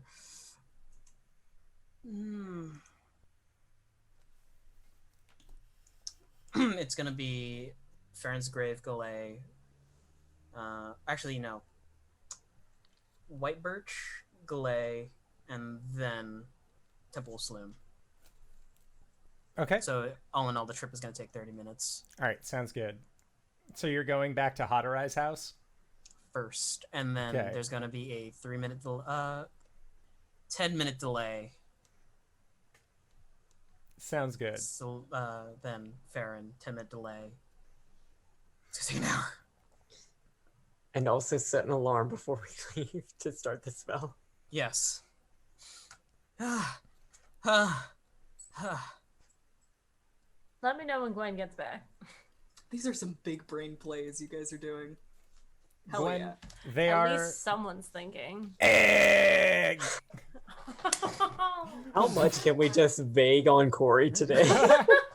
You So passed the spice. Oh, wait, it's not here. Oh. So Gwen, they are planning all of this traveling and tripping. So when you return to the manor, because you know that it will disappear at roughly midnight, so you are able to at least meet back with your party. Yeah. I made sure Rumble Thunder got back, right? Yeah. Okay. Rumble Thunder did get back, and you guys still have Thunderhoof. The second Auroch that you got from the Goliaths a while ago and have just been like teleporting around with. Are you depositing them off here as well? Yes. Or are they just like part of the house now? No, they're gonna go back home. Part of the house, part of the crew. No. Yeah, so they are more than happy to go back to the rest of the Auroch herd. Caecil thanks you for keeping good care of them. Yeah. So when Gwen gets back, she'll like shut the door, wipe her feet on the doormat, come inside. All right. So what's the plan?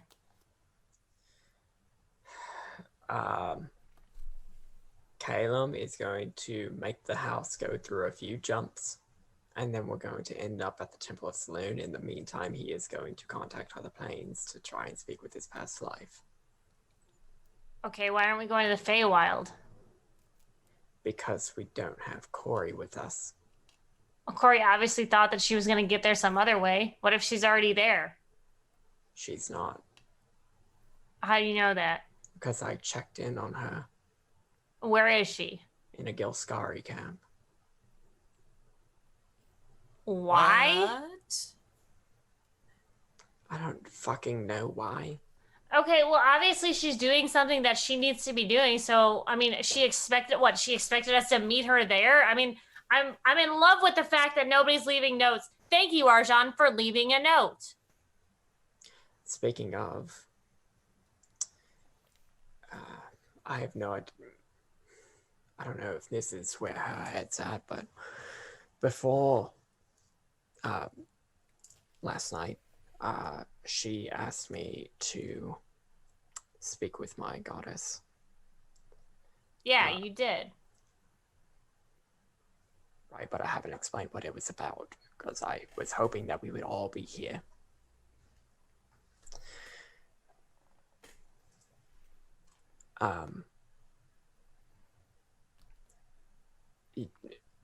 She and I guess you, Caelum, have mentioned it may be nice if the Raven Queen was On our side. restored. Yeah. If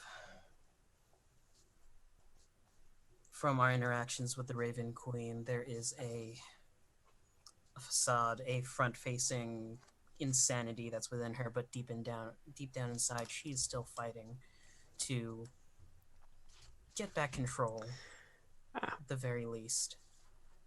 Well, the way that I interpreted how you were all explaining the Raven Queen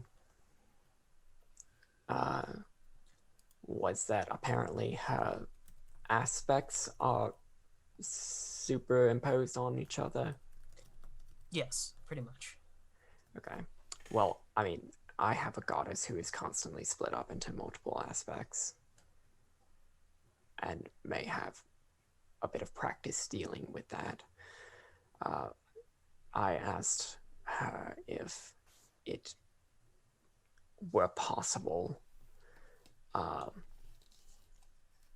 to use that knowledge to perhaps come up with a solution for the Raven Queen's problem. Which she was agreeable to. All right.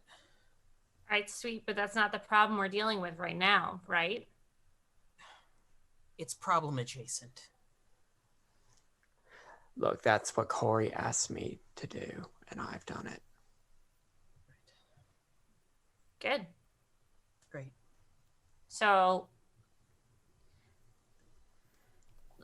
my question is, why are we going to pick up Cori when she obviously didn't want us to pick her up? Why are we gonna go save the Feywild? Because I made a promise that I would. And I told my tribe that I would. Who'd you make the promise with? I made a promise to Cori. It wouldn't be right. This is her mission. She should be along for the ride. Yeah, well, obviously she had an idea on how to get there. Like, why would she leave if she didn't? She had set up for us to be moving around for the next 6 days. Maybe, okay, yeah, she's with these people now. But, I mean, are we going to trust her to know what she's doing? Or are we going to say, fuck it, and just go pick her up and rescue her when she might not even need to be rescued? What are we gonna do, Chief? I think we should go to the Feywild. I think we should stop tiptoeing and fucking deal with it. We've got a bunch of problems to deal with. One of them involves a god. One of them involves a fucking space worm that's coming towards us. We need to deal with these things now, not keep pushing them back. Caelum, do you want to ask Cori how long she's planning on being? Sending Coriander Jonquil.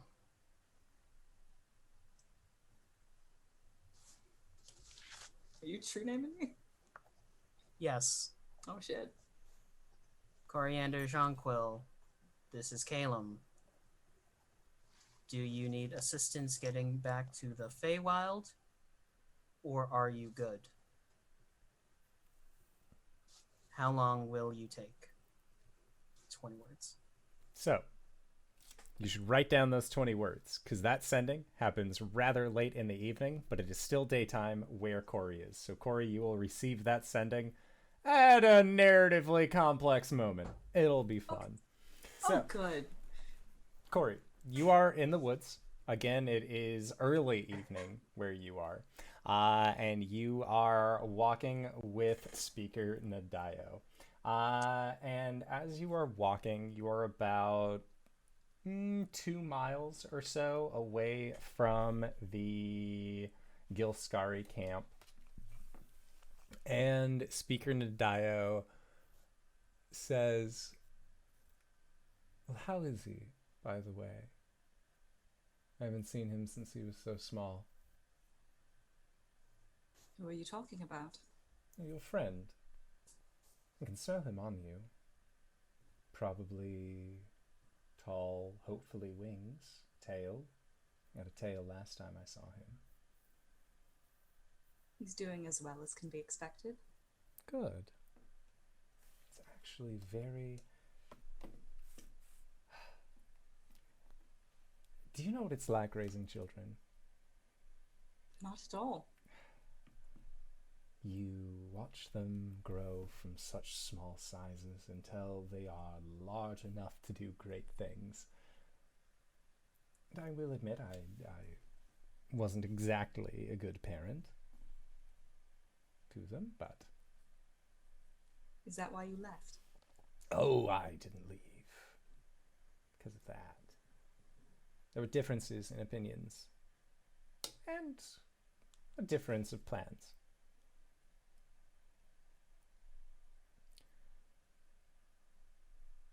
I knew that good things must wait if we wanted to win our war, which I'm sure you've heard about at this point. Is that Goliath? Halfling?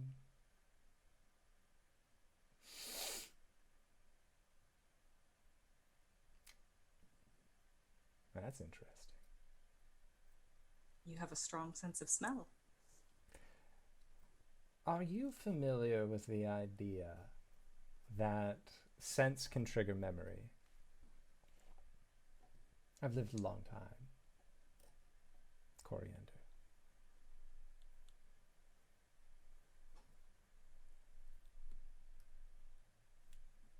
It's just one of the things that you pick up. I see.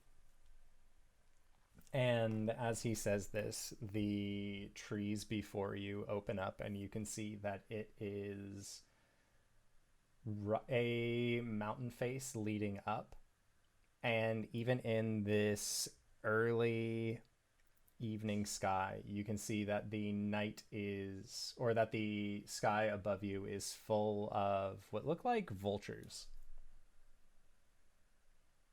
And as you begin to walk up this summit, you can see that there are elven figures that are lying on the ground, arms in front of them. They are deceased and look at peace. And you can smell a scent of decay. But many of these individuals have been eaten. It looks like the Gilscari practice sky burials here. And Speaker Nadayo seems entirely at home walking through this place. Okay. Am I getting a vibe here? Roll a vibe check, aka insight. Okay.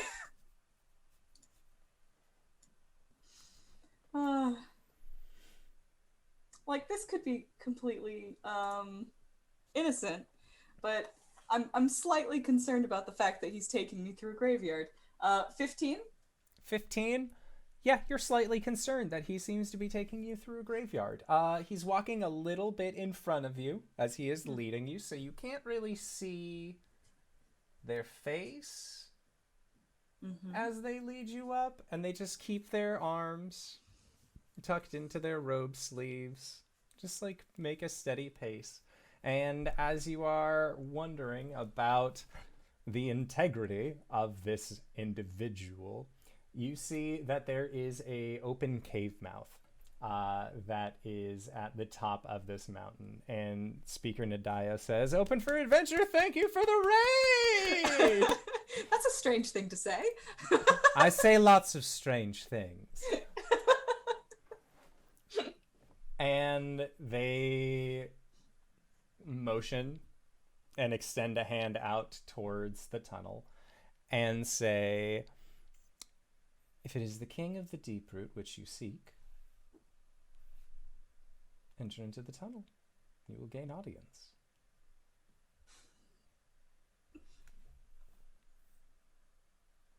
Be honest with me.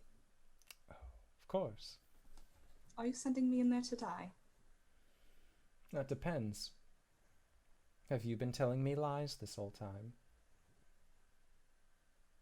Hold on, I'm rewinding. I haven't said much of anything to you. I'm afraid. Then you have nothing to worry about. Cool. Come. Cori walks in. Okay. And as you enter into this place, you can see that there is a pathway that then leads down into a cavern beneath the opening of this mountain. It is not just a flat plateau. And as you enter in, Nadayo is behind you. And looking in, you see that there are more bones. These times of creatures. Some humanoid, others not so much. There are old weapons, old coinage that just seems to sort of be littered about. And that is when you see a movement in the shadows in front of you. And it looks like the cavern wall just sort of shifts in shadow. It doesn't move physically, but you see something change. And then you see a set of jade green beads of light appear from the darkness. Uh-oh, John. Sorry. It's that RJ's incepted that into my brain. And now every time I think, oh shit, I fucked up, I say, uh-oh, John. Okay. She sees twin lights of jade in the darkness? Yes. That stand roughly around the 6-foot marking. I see. A little bit taller than. And from the darkness, you see an elven man who looks very similar to Nadayo. And they just smile and look at you, and the only difference between Nadayo and this individual is that this individual's eyes are a gleaming, vibrant green. So, you wanted to speak to me. And Nadayo will walk behind you and around to stand next to this individual. And you see Nadayo's form begins to shift.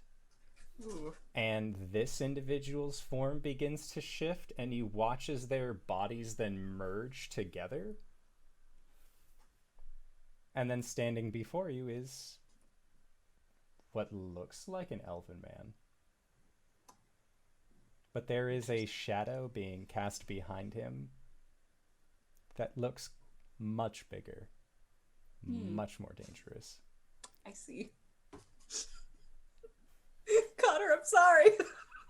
I'm sorry, Connor. I didn't know what I was getting into. Oh my god. Uh-oh, John. This is Caelum. Now, I'm not going to kill you. You said you had a book for me to read?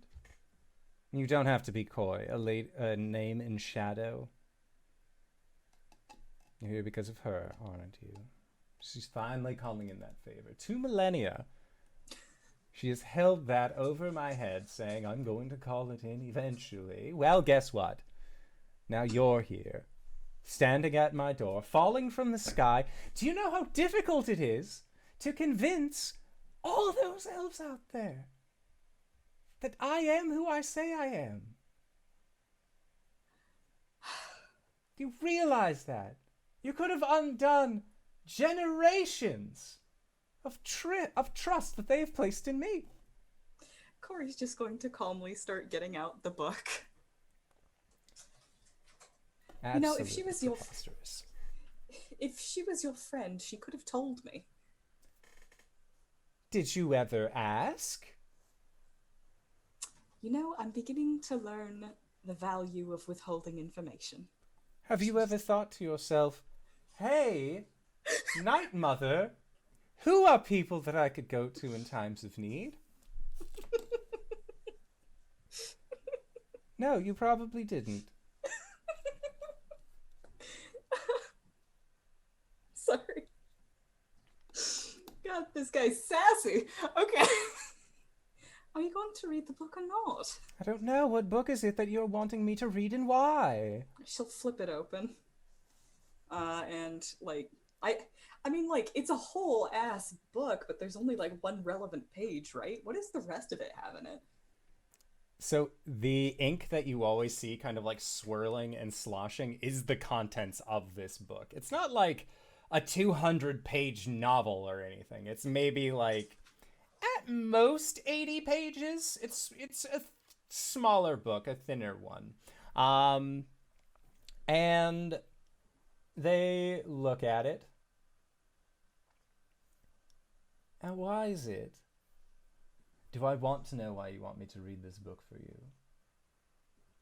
I don't know. Do you? I do love a good puzzle. Why?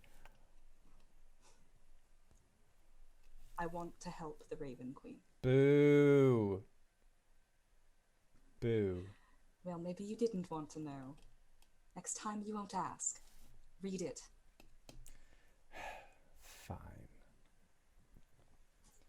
I will set it up so that way you may read it. The thing about these kinds of books, you want to learn the name of something, right? Yes. What is it you're trying to learn the name of? You said the Raven Queen? She pauses for a moment. Yes. I don't want to know the actual name of the Raven Queen. That sounds like a big target on my back. So I will figure out a way for you to read it. You can know this. I can go back to living my life among the elves. No one needs to know I'm here. Out of character. Bet.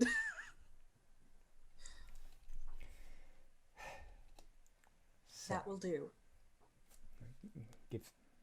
give me. She gives it. Yeah, she gives it. And you see he turns with this book, and as he does, there is just another form that is left behind that you recognize now as Speaker Nadayo. Mm-hmm. And then this entity that you are fairly certain is Ren. You see them split and divide, but as they do, the shadow of the dragon that is on the wall shrinks in size. And there are 4 versions of Ren standing looking over this book, each with a small shadow of a dragon, and then Speaker Nadayo is there. Also just looking at you in case you needed anyone to talk to. This guy's a master multitasker, isn't he? Oh, yes. With the persuasion check that you had before, make another persuasion check with advantage. Okay.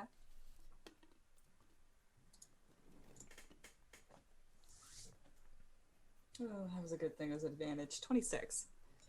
Okay. So with a 26, Ren is as Speaker Nadayo lets you know the reason why they are in Shar's debt and that they're happy that this has been cleared out. They gained an element of duplicity in their schemy, Knievi ways. Effectively, they can make duplicates of themselves, not illusory duplicates, legitimate duplicates. So when the sundering happened and everyone had to close off those portals, Ren made a copy of themselves and just sent the copy through the portal to seal it off from the other side so they could just stay behind and not have to worry with any other bullshit.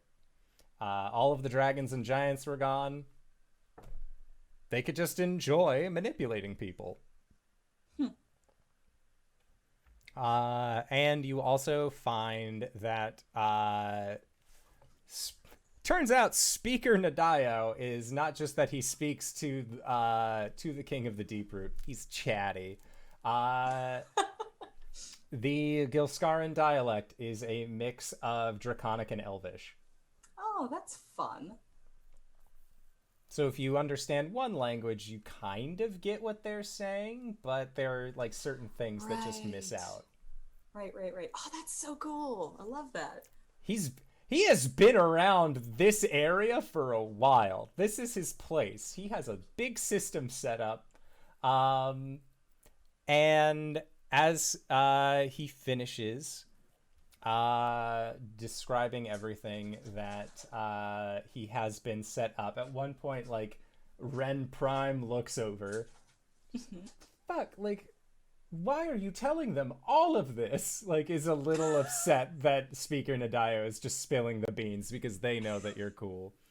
And it is at this that you see the forms merge back together, and then Ren steps forward and Nadayo merges back in. And they flip the book open to one of its empty pages and hand it to you. And Ren says, "You have to let yourself read the book. Don't force it. Let the pages wash over you." And I can learn this without invoking it. Once you've learned it, I don't know why you would want to hold on to something like that. It's up to you whether or not you invoke it or do what you will with it. But I can tell you, it's probably not going to be pretty, whatever it is you do.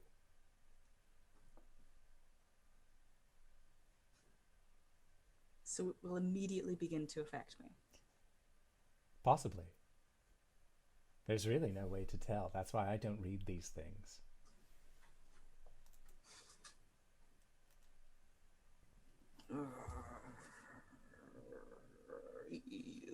Okay. It's too dangerous to keep something like this lying around. Ren just gives you a very large, grandiose nod. So you should read it. Well, Mother always said don't make 2 mistakes in one day, but sorry. And she's going to read the book. Okay.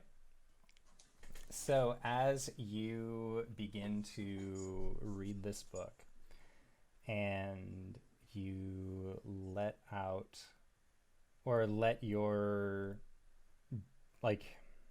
inner defenses down to begin reading this, you realize that this isn't a narrative. This is not a story.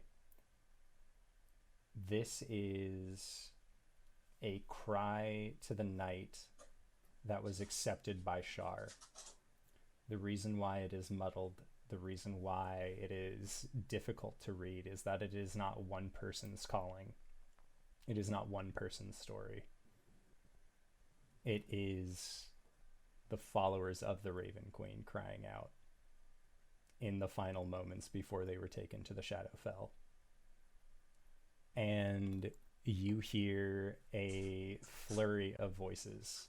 As you read this, you can hear them processing in your head, and these voices are not your own. And you hear, "May the gods forgive us. What have we done? Queen Zorina failed? It hurts. She was the gem of the Empire. Where is she taking us? I trusted her.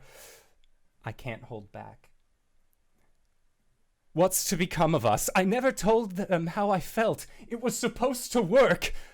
I'm sorry, Corvain." And then you hear a fifth voice pierce through that says, "Zorina Kesirkir, you will be no longer. Your conspiracy waits for their queen." And you hear a combined outcry, and then there is silence. And you have found the true name of the Raven Queen within this tome. Zorina Kesirkir. And that is when you receive a sending from your dear friend Caelum, which goes a little something like... Coriander Jonquil, will you need assistance heading to the Feywild, or are you good? How long are you going to take? Cori, make a wisdom save for me. Oh, shit. Ooh, 18. Cori, as Caelum's words come to you, you can feel your stomach tying in knots and your legs begin to buckle. You have just received something inherently powerful. And you can feel yourself beginning to unravel at the strength behind this. And you hear Ren sort of chuckle to themselves with a, "That's not good." And Cori, you look at your remaining hand. Unraveling is not a metaphor. You see like a peeled carrot or like an apple where you can get the entire skin off in one go. You are beginning to come undone.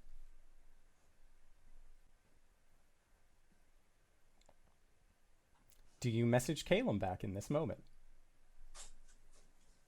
Yeah.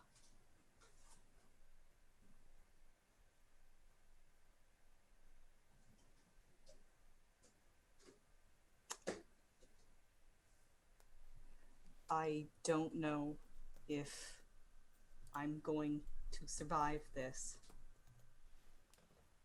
I'm coming undone.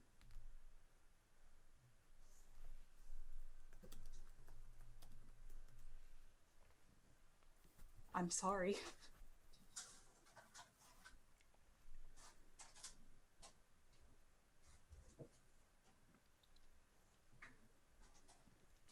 Caelum runs downstairs, and he's going to shift everything away and try and finagle the quickest route to the Temple of Saloon. What are you doing? What? Cori's fucked up somehow. No shit. She went off by herself. What do you think she's doing? Getting hurt. Yeah. Okay. Why didn't she tell any of us? Why did she go off by herself? I don't know. You can ask her that when we get to her. Neil, can you get us to Cori right now?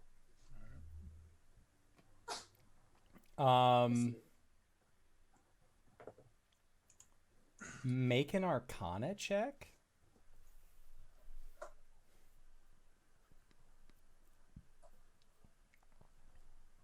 15. 15. Newell says that I would be able to get you close. Close is good. This may hurt your method of transportation. Wait. I could get us to the Temple of Saloon and just have the house teleport to it. If you can get us to the... Well, Arjhan's relaying this. Give us a moment. Of course. Relaying. I can use a teleportation circle to get us to the Temple of Saloon, set Gideon to arrive after us. Just that Gideon will step outside. Okay, wait. No. What? Why? Why are we going to rescue Cori? Look, I get it. She is our friend and she is our companion, but is she fucking treating us like that? We're doing it because it's the next right thing to do.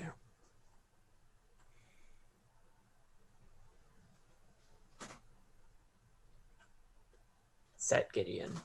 Step outside. For Newell. Yep. Newell nods. And they go into the basement. There is a deep groaning from the house. So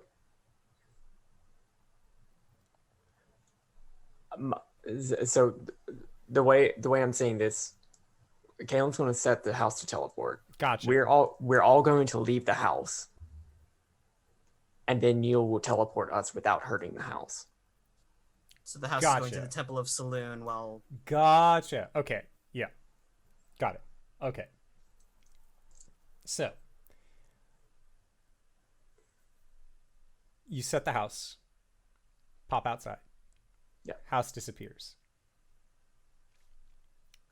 Newell creates their hellish circle, and with a snap,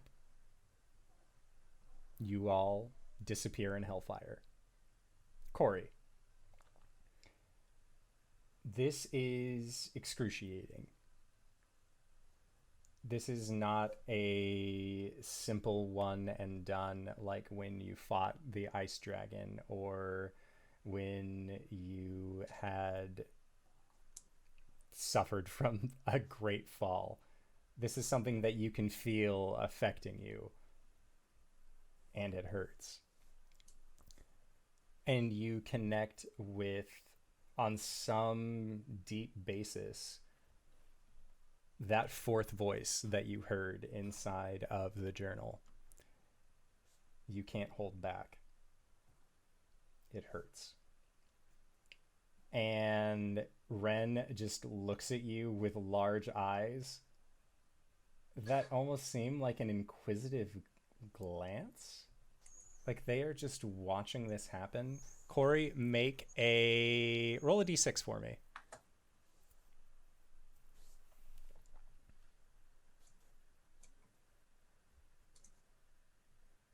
4. A 4? Nice. As you are taking these deep labored breaths, as you feel your corporeal form just shredding from your personage, one of the last things that you see from the dying light of the outside is in your own shadow. You see what looked to be shaking text. And it says, "Were there always so few of us?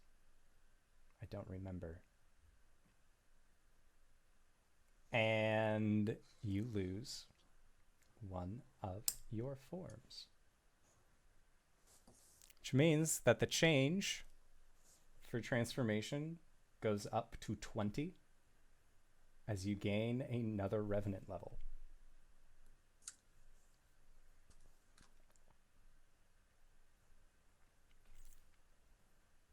You disappear. On the flip side, you have all teleported into the woods at a clearing to the base of what looks like a large mountain, and Yule points up the side of the mountain and says, that is where your friend is. Caelum, fly. Cast fly on myself. I'll take aspect of the Black Dragon. And,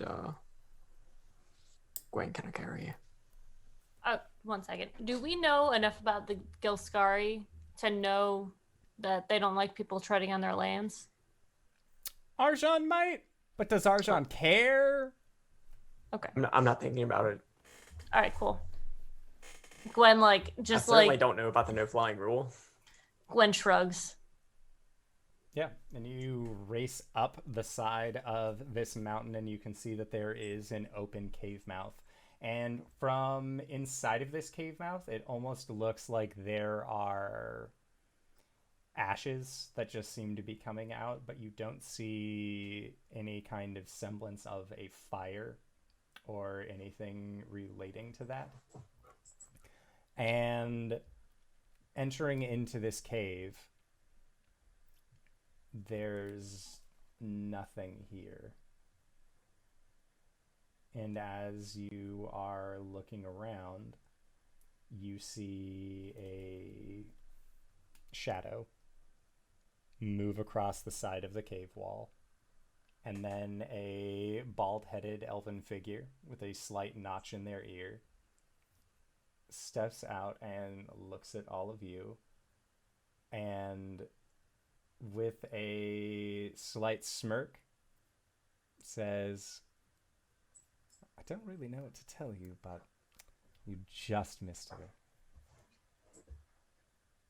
And that is where we are going to call it for tonight's session. So, I'd like to say thank you to everybody who decided to stop on by and join us for this wonderful session of Dungeons and Dragons. Guys, I always have fun playing this game. I always have fun playing with this fine crew. And speaking of fine crew, hey RJ, where can I find you? What do you do? RJustice 282 on Twitter. Next. LBHackEmUp, Twitter and Twitch. Next. Cyberwolf1201.live. Also Jabronic.tv. Also, High Shelf Gaming Ragecraft Seattle tomorrow at 7 p.m. Yeah, you guys finally got a date Nice. for it.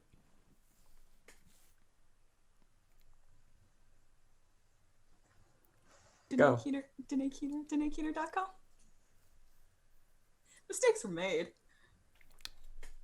And if you've made it this far, you probably already know who I am. But if you don't, hey Acorns, what's up? It's me, your buddy, your pal, your friend, the indoor adventurer, the showrunner here at twitch.tv/indoor adventures. We do shows like this on Monday and Thursday at 5:30 p.m. Pacific Standard Time, or on Sundays at 7 o'clock Pacific Standard Time. If this is your first time joining us and you want to check out more of our games, you can go to youtube.com/indoor adventures to check up on all of the VODs that we have played from these here games, or you can go towards where anywhere audiocasts are made available for free. You can find us under the same moniker. But right now we are going to be going into our after show called Nights in the Courtyard, where we answer questions not only from the community but also from each other. So if you have questions for myself or any of these other wonderful fine folk, consider then going to patreon.com/indoor adventures.